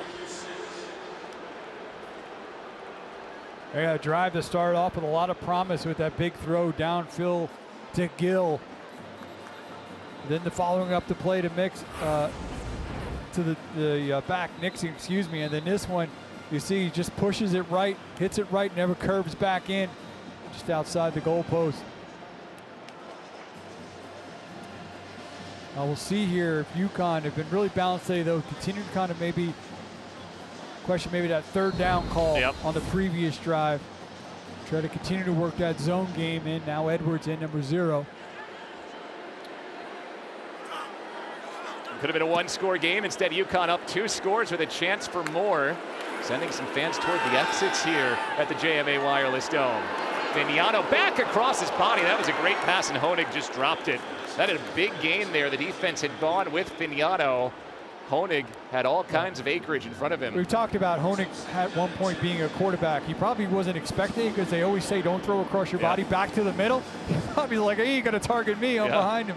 But you're right. It was a nice throw there by Vignano that almost had potential for a big play. Honig's been on that ESPN Freaks list each of the last couple of years. His measurables, his weight room workout regimen, off the charts. Edwards cuts it back, found a little hole, and falls forward after a gain of 4, 3rd and 6. Kevin Jobity, senior from Buffalo, makes the tackle. Yeah, just a couple of yards there. That was really nice vision. You see that backside crease open up and how Edwards is able to hit it. They're going to bring in the speedster now, 15, Terrence Lewis. Yeah, if you're talking about the Syracuse defense, they've actually entered the bell in this second half. They've gotten the stops, they've gotten off the field. Fran Brown going to ask his defense to do it again here on 3rd and 6. You mentioned that burner, Terrence Smith. He'll motion out of the backfield and come right on back. Vignano, quick out, and is broken up. Tank Wilson got his big meaty paw on it, and it's 4th down.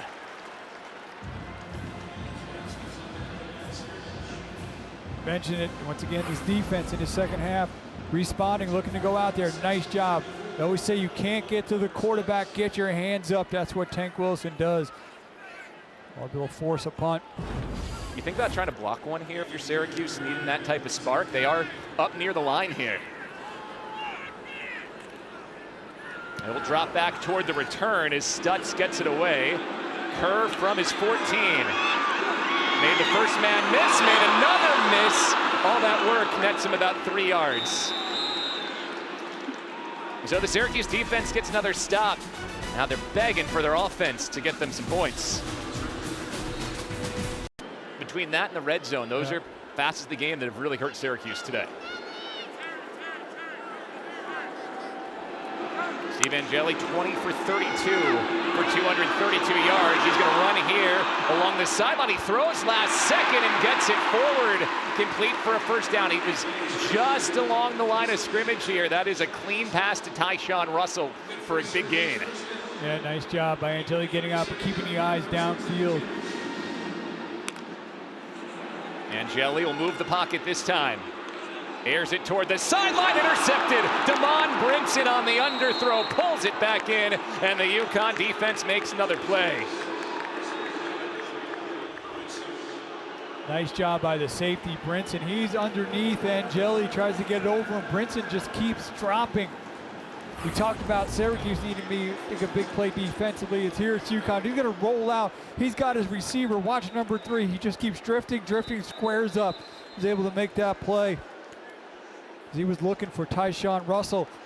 He thinks he can get it over him, and just Brinson doing the nice job of just giving ground, squaring up, going up, making that play. Was it an underthrow, or do you think he just missed Brinson there? I think he kind of misjudged where Brinson was in the ground that he could make up. I think he felt he had a window there. It was just well played by the senior safety, number 3. Angeli's second interception of this season. We'll give it to Skylar Bell on the handoff. He bounces it to the outside. Bell's got some room and gains 8 into Syracuse territory. Kept on bouncing that out until he found a crease. Yeah, it was just, I don't know if this is good grammar, kind of patiented his way into like an 8-yard run. I like creating words here. Add an ED on, we're good.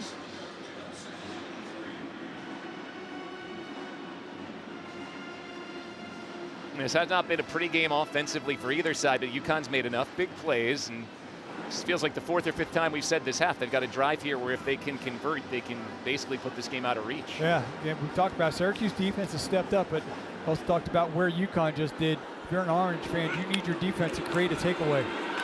Edwards, foot in the ground, gets to the sticks and gains that extra yard as well. A 4-yard gain and a UConn first down as the clock moves to under 9:31 to play, and will start running again once things are set. We've mentioned a nice job that OC Gordon Samus has done today, and now he seems like he's going to start leaning a little bit more heavily on that run game, that zone ground game.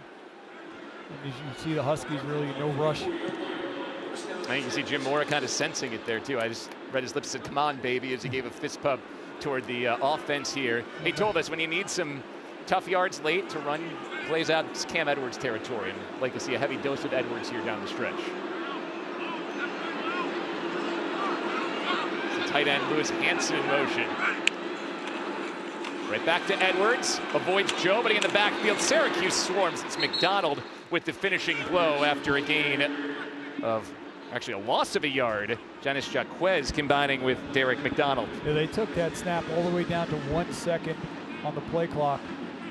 Now, I almost think, you want to lead it down, but you don't want to give it to the point where the defense knows when to fire off. But yeah. I will say this, too. You just, come on, baby, like in a sense. Remember, we talked, again, this could be a great resume builder for a program trying to find a home in a Power 4 conference here. Now they got to show they can finish. And really tough to manage the schedule as an independent. You got to fill those 12 games each year. You kind of go to Delaware, the newest FBS team next week. Pitch out, and a good hole for Edwards. Gains about 5 before Gary Bryant, the third, smothers him. So 3rd and roughly 6 here for the Huskies. An interesting part, too, I think, Bill, here, if you're UConn, 3rd and 6, you don't need to get a first down, but if you can get this to 4th and 1, 4th and 2, I think you're at that point in the park the field where I know he feels like his field goal kicker's got some leg, but you potentially get another down. Yep. Try to pick up that first, maintain possession, bleed a little bit more time. See the OC there, Samus, has done a really nice job calling game today. UConn's only 3 for 12 on 3rd down. That's been a weak spot today. Have not picked up a 3rd down conversion in the second half. Vignano throwing for it, hit as he throws, looking for Bell, and that's a heck of a job by the 17-year-old quarterback Samuel to go step for step with him. And again, Syracuse's defense holds up. Samuel, big play, freshman out there on an island working against an excellent wide receiver. Working at the bottom, one-on-one, turns, runs with him. The concentration, the focus, comes back, uses that arm length, plays the ball. The ESPN 300 prospect that at one point committed to Florida. Syracuse able to get him back in the mix. Here's Connor Stutz, who's already coughed and cornered one down at the 3. Kerr calls for the fair catch here and brings it in front of a screaming Victor Rosa at the 11. It's a long field for the Orange again. 7:15 to go, and they need 2 scores.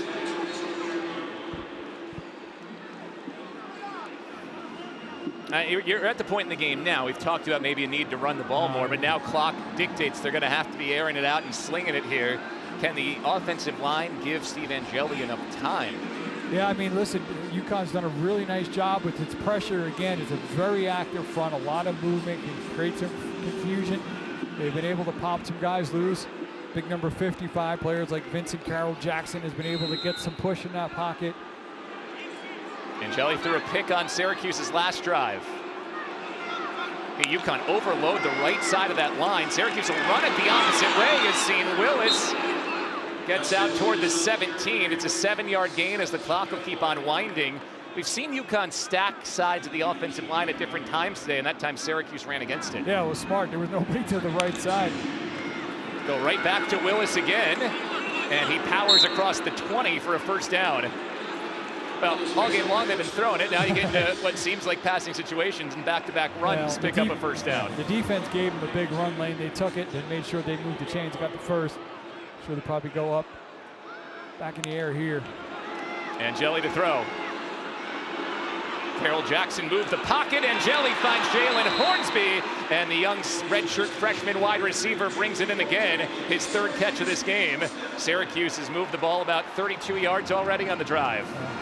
Nice window there. Bobbled a little bit, able to secure it, looked like, before he got back out of bounds. 3 catches for 32 yards for Hornsby.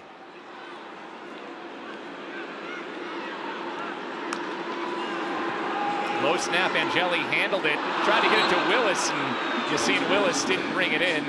Those two have not connected well passing the football so far today. Yeah, a little bit behind Willis. Couldn't adjust and make that grab. Remember, that was such a big strength of the Syracuse offense last year, LaQuint Allen catching passes out of the backfield. Yeah, I mean, well, LaQuint Allen had monstrous hands. Yeah. One of the biggest hands probably in all of college football. Will Nixon's back in at running back, split out wide.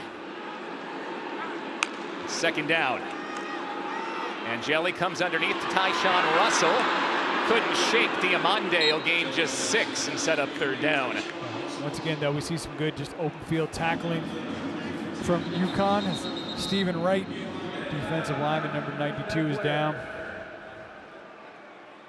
So Wright's the injured UConn player before a big third down and 4. And if you've been watching college football here this year, obviously there's that new injury rule, but Yep. Wright was down from the get-go. Never got up. It only comes into effect if you go down after the ball is spotted. Yep. Saw a lot of that slowing the game down when Syracuse played Tennessee last week on both sides. Haven't seen that as much today. While they tend to Stephon Wright, we will step aside with UConn ahead by 11.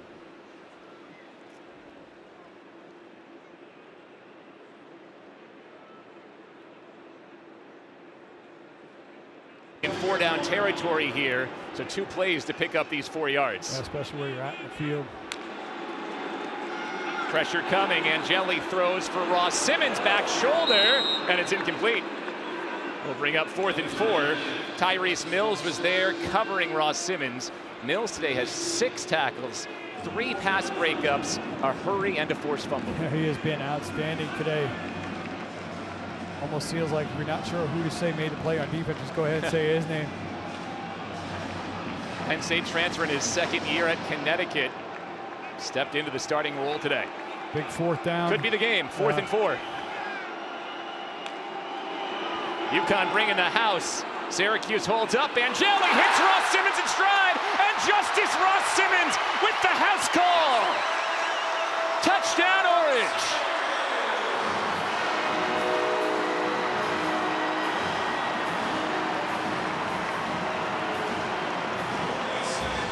Syracuse will go for 2 after the 53-yard touchdown. Angeli to Ross-Simmons. There was some communication. Chadwick was there, kind of just stopped. I don't know if he expected the ball or if he thought he was going to be underthrown, and allowed Ross-Simmons to be able to break free and give this offense the big play that they needed. Syracuse can make it a 3-point game if it hits on the 2-point conversion. Orange were 0 for 2 on 2-point tries against Tennessee. UConn blitzes again underneath. Ross-Simmons pitches to Nixon, and he's taken down. Wow, Tyrese Mills again as he snuffed that one out.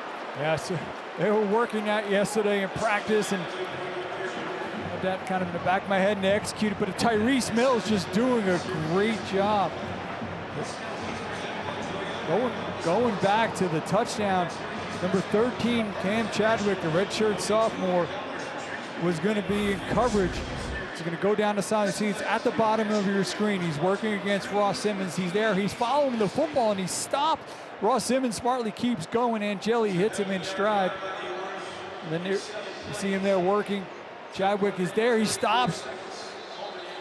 And then you see Tyrese Mills there with the shallow angle. They bring pressure, get the protection, and then a nice throw there from Angeli to hit Ross-Simmons, and then Bill on his 2-point play, trying to go a little bit of trickery, going inside in the tunnel screen, flips it back to Nixon, but number 14, Mills, has had a great game today. They're in position to make the tackle. So now Syracuse within a score, 17-12. They've asked their defense to make a stop on 4 straight drives. They'll ask them to do it once more.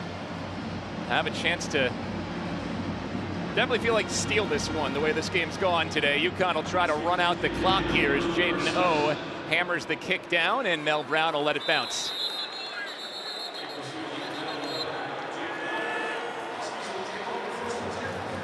Well, Jim Mora told us when we talked to him, this is the time of game where you lean on your running game, you lean on Cam Edwards. Syracuse done a nice job on Edwards today. He has just 46 yards on 15 carries. Yeah, I mean, obviously Syracuse knows too you're going to be running. You got to mix it up a little bit. You see to continue, obviously Edwards really strong within that zone scheme of theirs. The fans who remain making a lot of noise, and it echoes in this building. Big shifts for UConn. Edwards behind Fignano. Edwards first down run, big seam. Edwards almost breaks it. Chestnut wrestles him down at the 50. Give him 26 yards. Yeah, working that 12 personnel, 2 tight ends, as you mentioned. They shifted him over to the right, and that's where they're going to go. See number 86, 78, 73, doing a nice job creating that seam there that Edwards exploits. Put it right at the 50. UConn will let that clock wind. Both teams with their full complement of 3 timeouts. We'll go under 5 minutes left in the game before the Huskies snap it here. They punted on their last 5 possessions.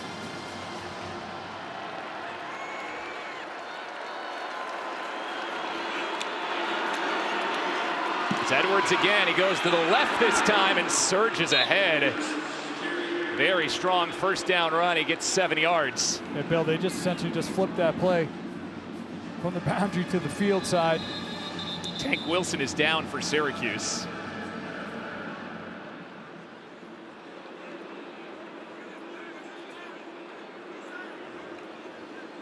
Well, Edwards again been bottled up for the most part today, but in a big moment here, 2 great runs to start. Yeah, they're doing a really nice job leading on the strength, and that's the whole thing with that outside zone, just pushing things, trying to create a seam, and Edwards has such good vision. Twice being able to find it, working it to that left. We'll see Tank Wilson, number 4, kind of working in there, trying to hurdle some of the traffic there. It's a big 6'5", 305-pound tackle trying to run the hurdles there, and caught a couple of bodies on the way through. So he goes into the tent. Isaiah Hastings often fills Wilson's void when he's not on the field.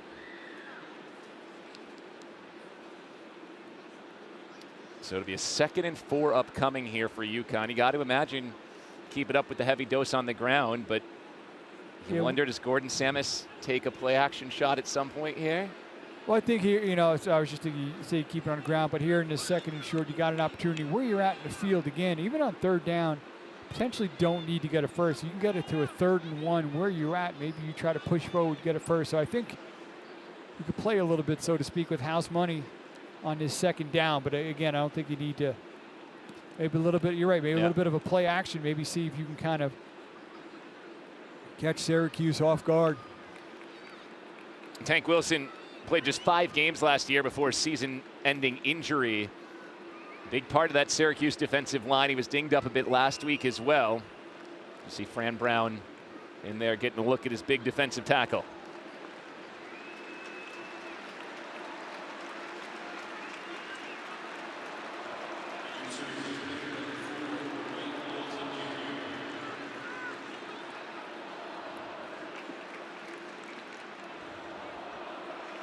Now, if you're joining us late here, Syracuse stopped on 4th down inside the red zone twice early in the game. UConn scored the opening touchdown on a trick play. Wide receiver John Nader with a pass to tight end Alex Honig.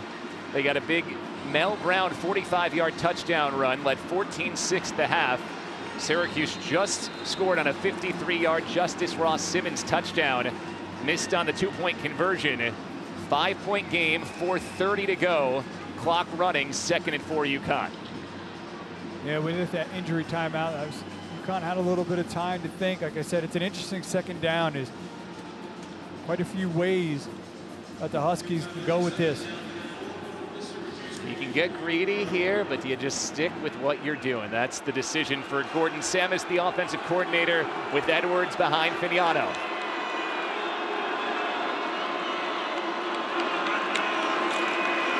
They will run it to Edwards. It's blown up in the backfield, and Edwards only gets to the line of scrimmage.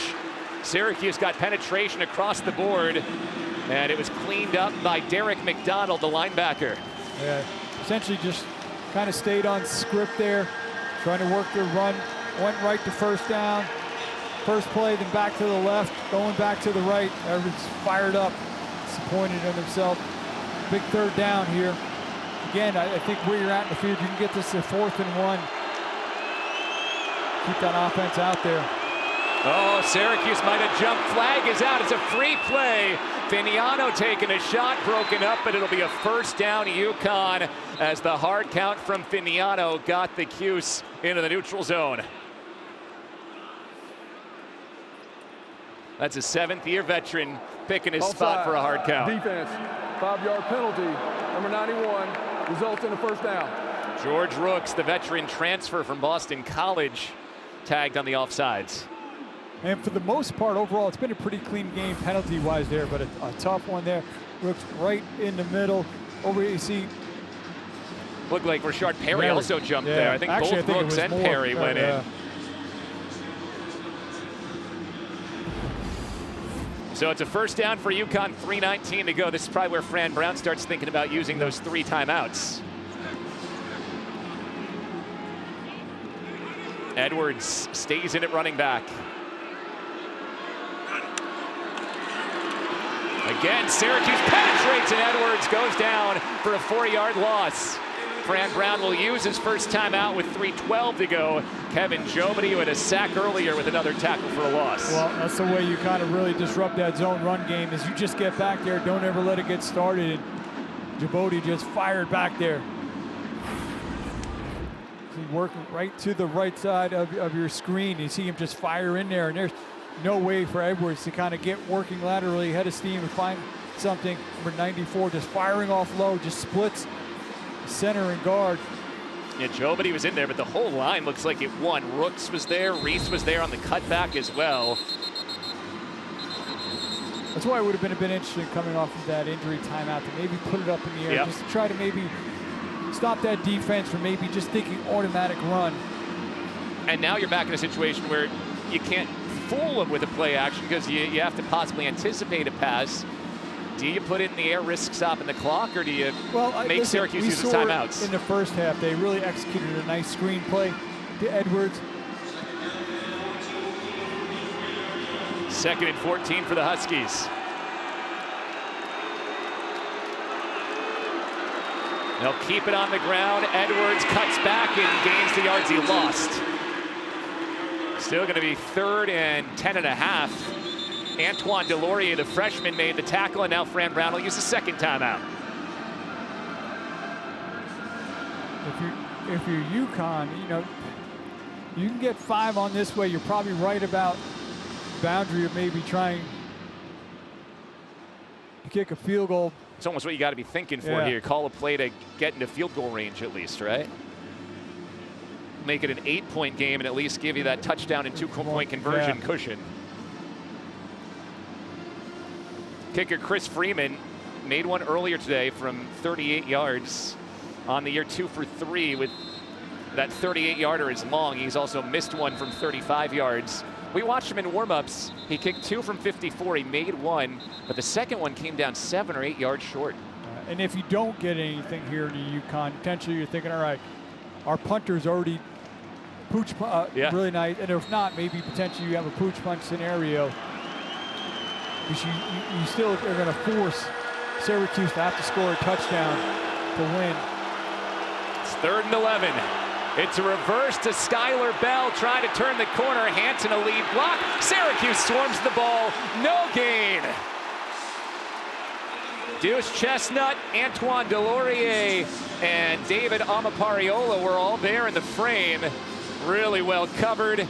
And you're in that no man's land spot here if you're UConn. Yeah, I mean, the best thing that happened on that play offensively for UConn was able to stay in bounds, but beautifully defended by the Orange defensively here. And I think you either pooch punt or they listen. I think their punter has proven that he could be trusted in this situation again, though. Can you trust the long snap from Zach Trisnat? He's had 2 bad ones over the course of the first 2 weeks. Fran Brown did not choose to use his timeout, so the clock ticks down to 2 minutes and 15 seconds and counting.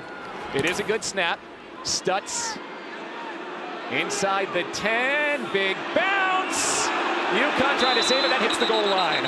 It was a great effort there inside the 1-yard line by Kyleesh Hicks, the gunner, but as he tossed the ball back, it hit the goal line, and that means Syracuse will get it at the 20, needing a touchdown to win it after they trailed by as much as 11 earlier in this quarter. Yep, they'll get a snap before the 2-minute timeout, so he'll get that extra timeout.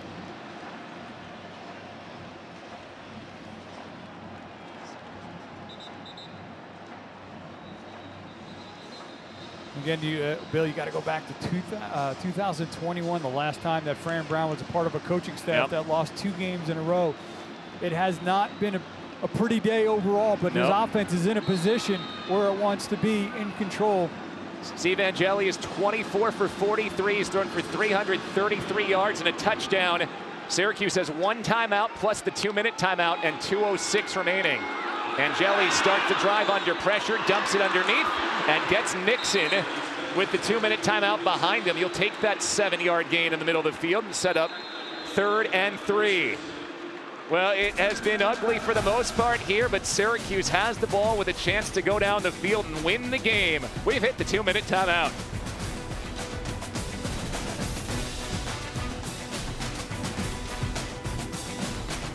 Angeli's thrown for 337 yards and a touchdown. Well, you think about all the missed opportunities, turning it over on downs twice in the red zone, a missed field goal.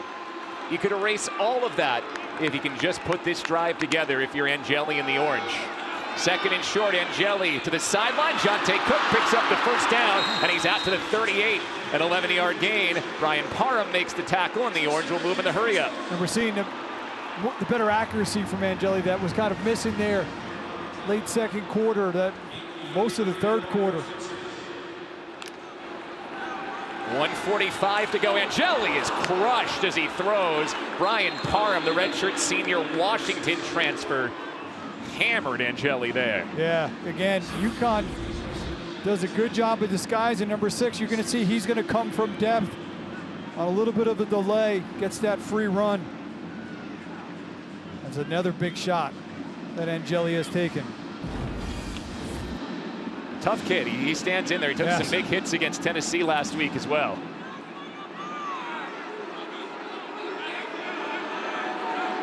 Second and 10. Just a 4-man rush this time. Angeli finds Valari. Big gainer inside the UConn 40 to the 35. It's a gain of 26. Valari, who was so crucial at the end of the first half when they're able to kick that field goal. There they get a little bit of time. He finds the window. 1:30 to play. Angeli rolls out. There's Jonte Cook again. Had it and lost it out on the sideline. It is a completion and a gain of 4. Valari's now up over 100 yards receiving today. 8 catches, 104 yards. Yeah, nice job again. Angeli doing such a nice job throwing on the run. And we'll see there that if you Cook has kind of stayed on the sideline on that one, a little gingerly getting up. He came into this game a game-time decision. Tyshawn Russell takes Jonte Cook's spot. Pressure coming. Angeli, a sidewinding throw. Russell brings it in. It's another Syracuse first down. Angeli had to change the arm angle there with pressure in his face. Yeah, again, so poised. UConn again, only kind of bringing 4. Almost the Huskies have been able to get there. But you got to keep dialing up that pressure. 1:24 to go. Syracuse has 1 timeout to work with. Orange need a touchdown. We'll keep it on the ground. Nixon cuts it back and finds the 15 right at the first down marker. It's a new set of downs for Syracuse on a 10-yard gain. Yeah, nice cutback by Nixon, pushing out to the right, finding the seam to the left, breaking the tackle for that nice gain.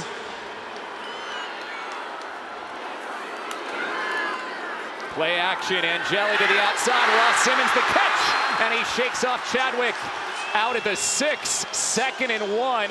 1:03 to go.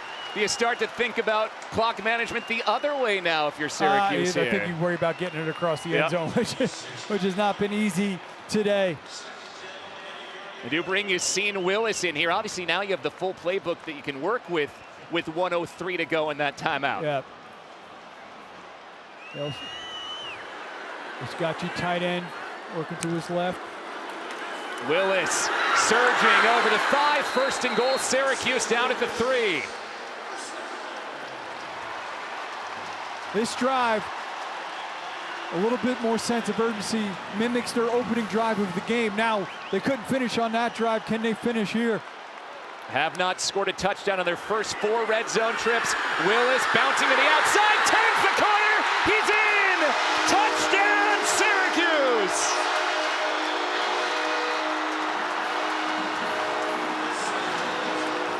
Yasin Willis puts the Orange ahead with 48 seconds to go. And now you need to go for 2 to try to build the 3-point lead.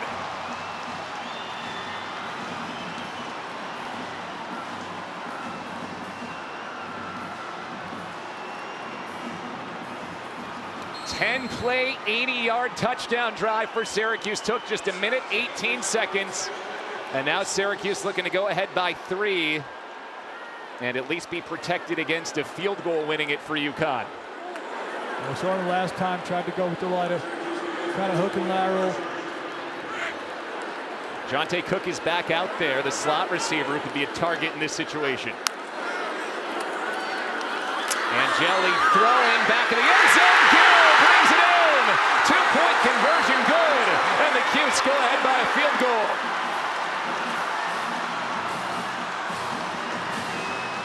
Well, it was ugly all game long. It's one thing about Fran Brown's Syracuse teams. They never quit.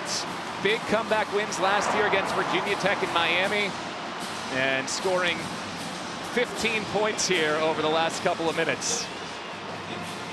I said it wasn't pretty getting to that point, but when they needed it, they kept themselves in a position.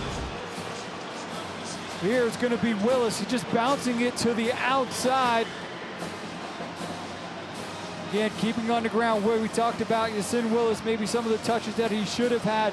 They give him one here when it matters. He gets to the edge and blocking out there on the edge. A little bit of a tug, but still able to get around the corner. Then here, they pick up the pressure. And Gill, who was kind of quiet in week 1, he's made some big catches here today. They're working along the back of the end zone. Angeli finds him, and a great job. Angeli, listen, he's taking some shots today. He's had some lulls in terms of accuracy. When they needed him most on that drive, he was pinpoint. Start for 162 yards just in the 4th quarter, Steve Angeli.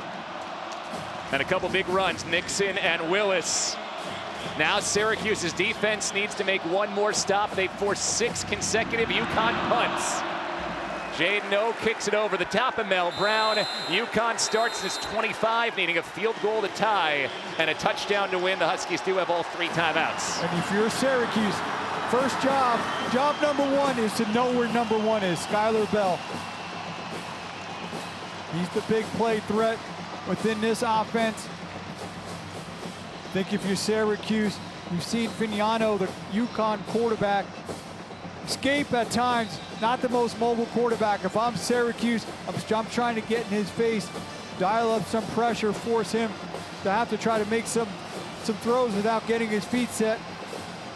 That is Skylar Bell, the biggest playmaker for UConn there on your screen. He is matched up with the 17-year-old cornerback, Demetrius Samuel. They got Chestnut shaded to that side. Fignano looks the other way, uncorks one. Oh, Porter wasn't looking, ball's up in the air, and incomplete. It hit Shamar Porter in the face mask, but he didn't get his head around. And Brahim Long, number 0 there for a big chance to seal that game. He got it. He had his receiver, just, as you mentioned, either off his shoulder pass or his face mask, and Long just outside of his fingertips. Big chance for Syracuse for a turnover there. 2nd and 10.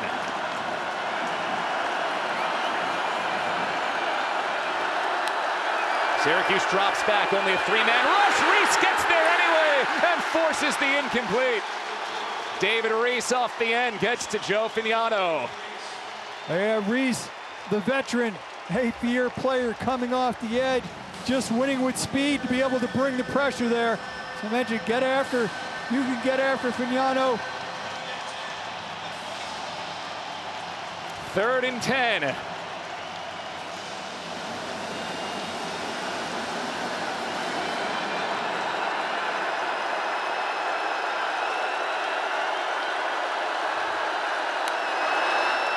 Four-man rush. Reese is there again. Fignano gets away. Throws under pressure for Bell and overshoots him. 4th down.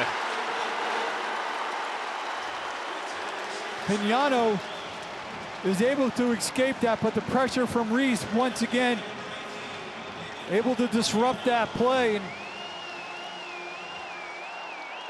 And it's 4th and 10.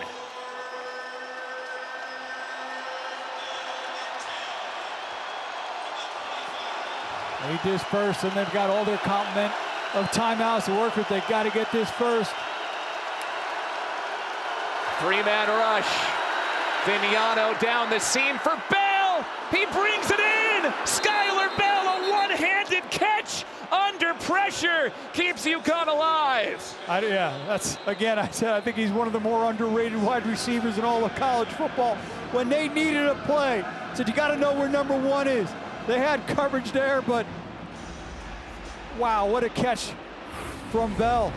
They only bring three, so Vignano's got time. You see Bell right over the middle of your screen, break in, and just goes up in between two defenders. That's a really nice ball, too, as well, from the sixth-year player, Joe Vignano. Watch him go up to concentration with the left hand.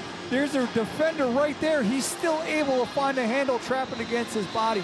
What a catch. I mean, it's not just a one-handed catch, it's a one-handed bobbling catch with Deuce Chestnut getting his hand up there as well. On 4th down and 10, UConn with life into Syracuse territory. 2 timeouts now remain for the Huskies, 23 seconds.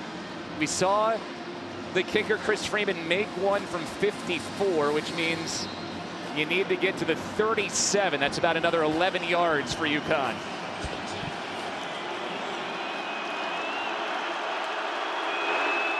Four-man rush. Vignano over the middle. Oh, nearly intercepted. Coverage by Long. Deuce Chestnut had a shot at it as that ball was intended for Ty Jaukio Bowman. Yeah, Long there with the coverage as well, a little bit behind. There's the grad student kicker, Freeman. He's made 3 over 50 in his career. As Long, 53. They've got 2 timeouts, plenty of time to work their way in the field goal position. Vignano, a quick hitter on the money to Skylar Bell. He's wrestled down there by Samuel. A gain of 9 and a UConn timeout. How about the 17-year-old Samuel continually being matched up here with Bell in crunch time? Yeah, shows the confidence that they have in him. Big time recruit for them at one point. Committed to Florida, able to bring them across the finish line. And even you saw it last week, there were highs and lows, but one thing about Samuel is he has shown that short-term cornerback memory where line up, it's a new play. 11 seconds, now 12 seconds to go as they've added a tick on here after the timeout. UConn's got the ball to 39, so right now it'd be a 56-yard field goal. That would be a 3-yard career long for Freeman.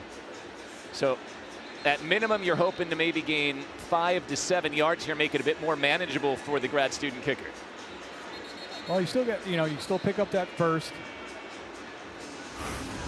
And the whole reason UConn is here, Craig, is because of this unbelievable grab by Bell. Yeah, again, I mean, it was a beautiful throw in between 2 defenders by Vignano, and then Bell just helped his quarterback out by going up and making a beautiful catch.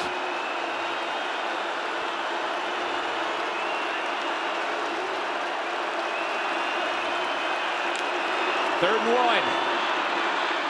Vignano for Bell, he pulls it in, he shakes the first tackle, but Samuel gets him down by the bootstraps at the 23. Timeout called by Mora, 6 seconds to go. UConn uses its final timeout and will likely need to kick it here, and they will send the kicking team out with 6 seconds to go. I mean, listen, that was they got the yardage there, but that was a nice tackle, not allowing Bell to get out of bounds. So you're looking at a 40-yarder here, ball on the 23. In fact, the holder, Connor Stutz, who's also the UConn punter, has his knee down at the 41. It would be a season long for Chris Freeman, who was good from 38 earlier today.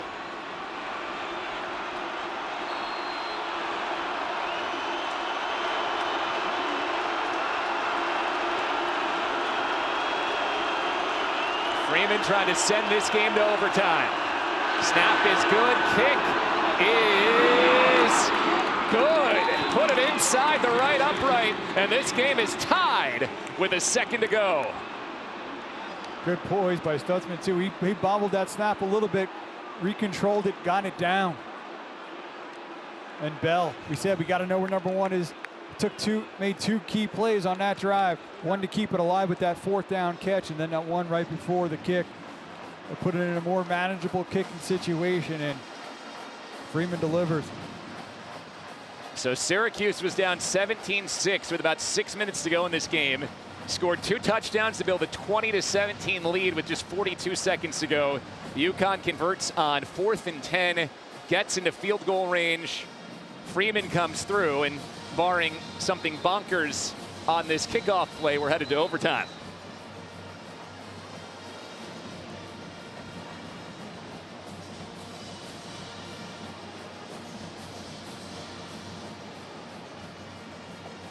Well, as you mentioned, Malachi James, one of the fastest players out there. He hasn't had very many opportunities all season to touch it. You said it's not a matter of if when. Does he get an opportunity, Bill? That's what he told the reporters a couple of weeks ago. This kid ran a 10-1 100 meters in New Jersey last year, set the state record at the high school level. That being said, Freeman's been pretty good at kicking touchbacks all season long. And he hammers this one, so he'll kick the touchback as well. You'd imagine Syracuse will sit on the ball, take the knee, and take this one to the extra session. Yeah, I mean, listen, to be in this situation, if you're Syracuse with the previous probably 57 minutes. Yeah, you would have signed up for it any time in the last 3 hours until about 15 minutes ago.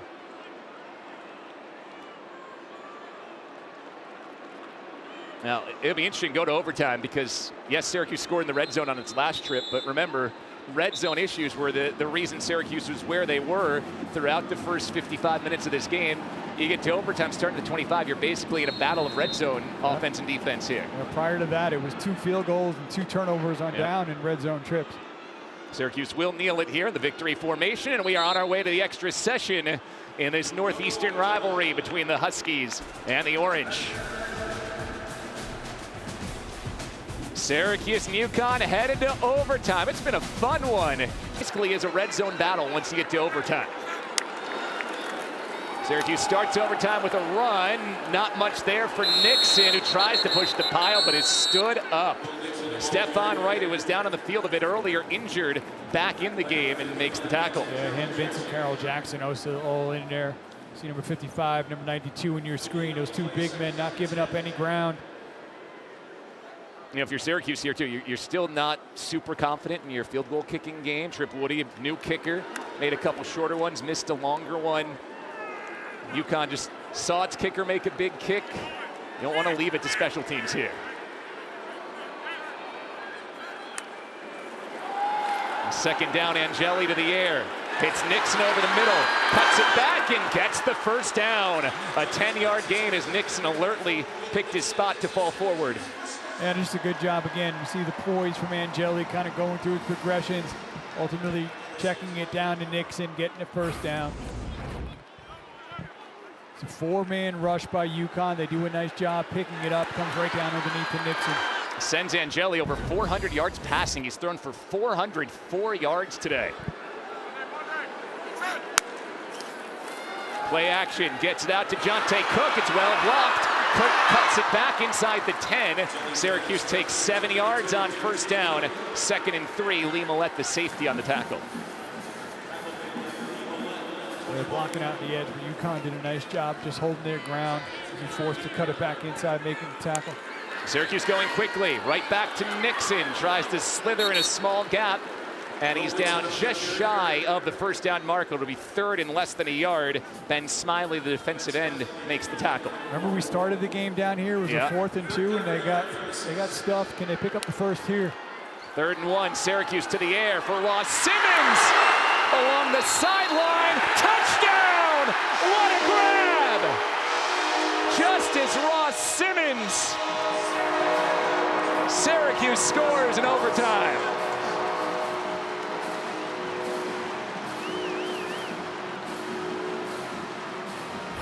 It was that Ross-Simmons, Cam Chadwick matchup that kind of ignited their opportunity to come back. Here, a beautiful throw and great hand strength there from Ross-Simmons. It was good coverage there from Cam Chadwick, but a beautifully placed ball. An outstanding, strong hands there by the receiver. He gets it right over the pylon. 2nd touchdown today for Justus Ross-Simmons, who was slowed in his first year at Syracuse with hamstring issues. healthy this year. He had 50 receiving yards last week. Now up to 83 yards and 2 touchdowns this week. Trip Woody's point after can make it a 7-point game.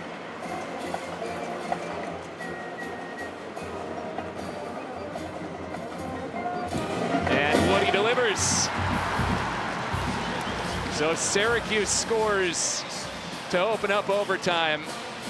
You mentioned the strong hands. That is a heck of a grab by Ross-Simmons. Angeli puts it where only his receiver can get it, and he does that. Watch the way he extends, holding on to the ball. He's bringing it into his chest. It gets over the goal line, controls it all the way down to the ground. Wow, great play there from the senior. And again, a nice throw from Angeli. Very slow start to this game for Steve Angeli, but now he's thrown for 417 yards and 2 touchdowns. And as you said, that throw was only where Ross-Simmons could get to it. Yep, and again, I was just impressed with the way he controlled it. Chadwick was there.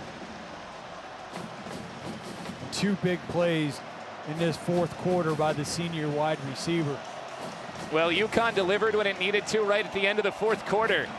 Now the Huskies must score.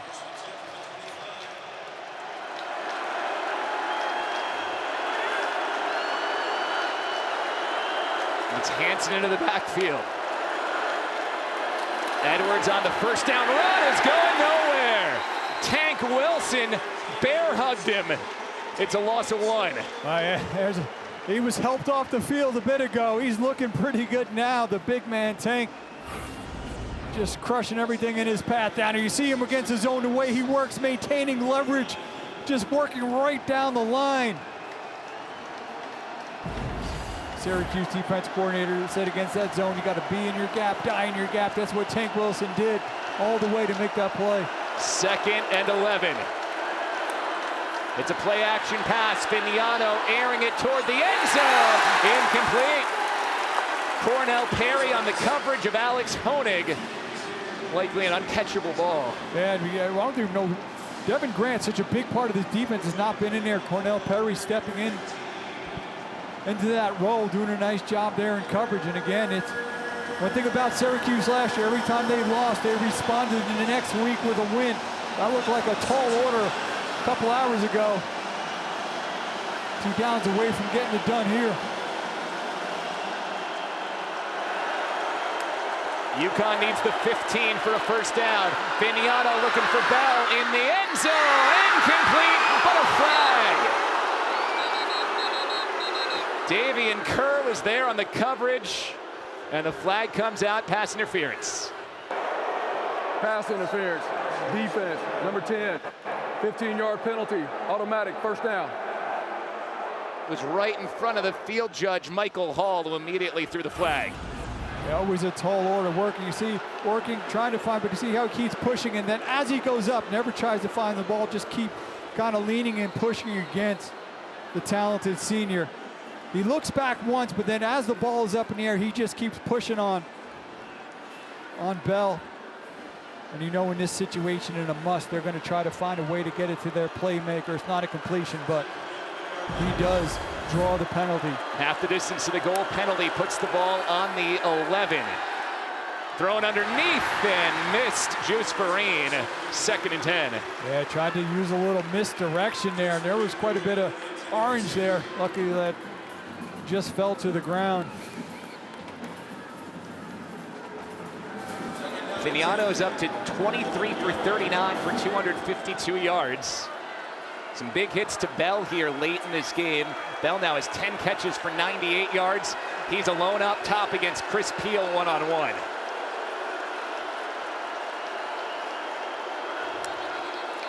We got whistles and a timeout. Fran Brown went sprinting down the Syracuse sideline, so the Orange takes its first overtime timeout here. 30-second timeout. And Fran Brown immediately goes to his veteran linebacker, Derek McDonald there. Yeah, there's a little bit of confusion in the secondary. You can see, too, with number 2, Juice Chestnut, who was on the far side coming up. There was a little bit miscommunication on the alignment, obviously, with a chance to kind of seal this game, wanting to make sure. You're going to watch number 2 working at safety, coming down, trying to push the, and then they had the 12 as well. The defender comes off, so I think that timeout saved the penalty. I don't think they'd gotten the 12th man off the field.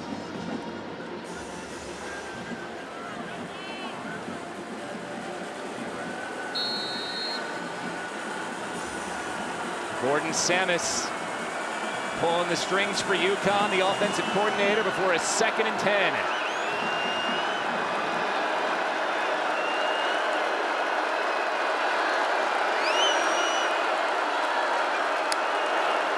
Bell comes into the backfield. He's open coming out of the backfield and dips out of bounds a yard short of the first down. A 9-yard gain for Skylar Bell, who's up over 100 receiving yards. Being creative ways to get their playmaker the football. They could also pick up at first without scoring. You get a first down at the 2-yard line. Play action. Fignano's pass is broken up. Antoine Delorier, the freshman linebacker, soars in, and the game comes down to a 4th and 3. Yeah, tried to pull it there. Delorier, again, a freshman stepping in, got the call pretty late before game time, finding out a week ago he would start against Tennessee. Here in that starting position, making a big play here late in this game. You mentioned huge 4th down here.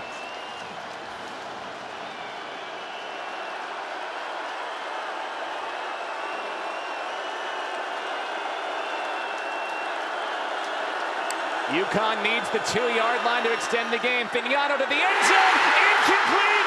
Syracuse wins. It's Delorier again with the breakup.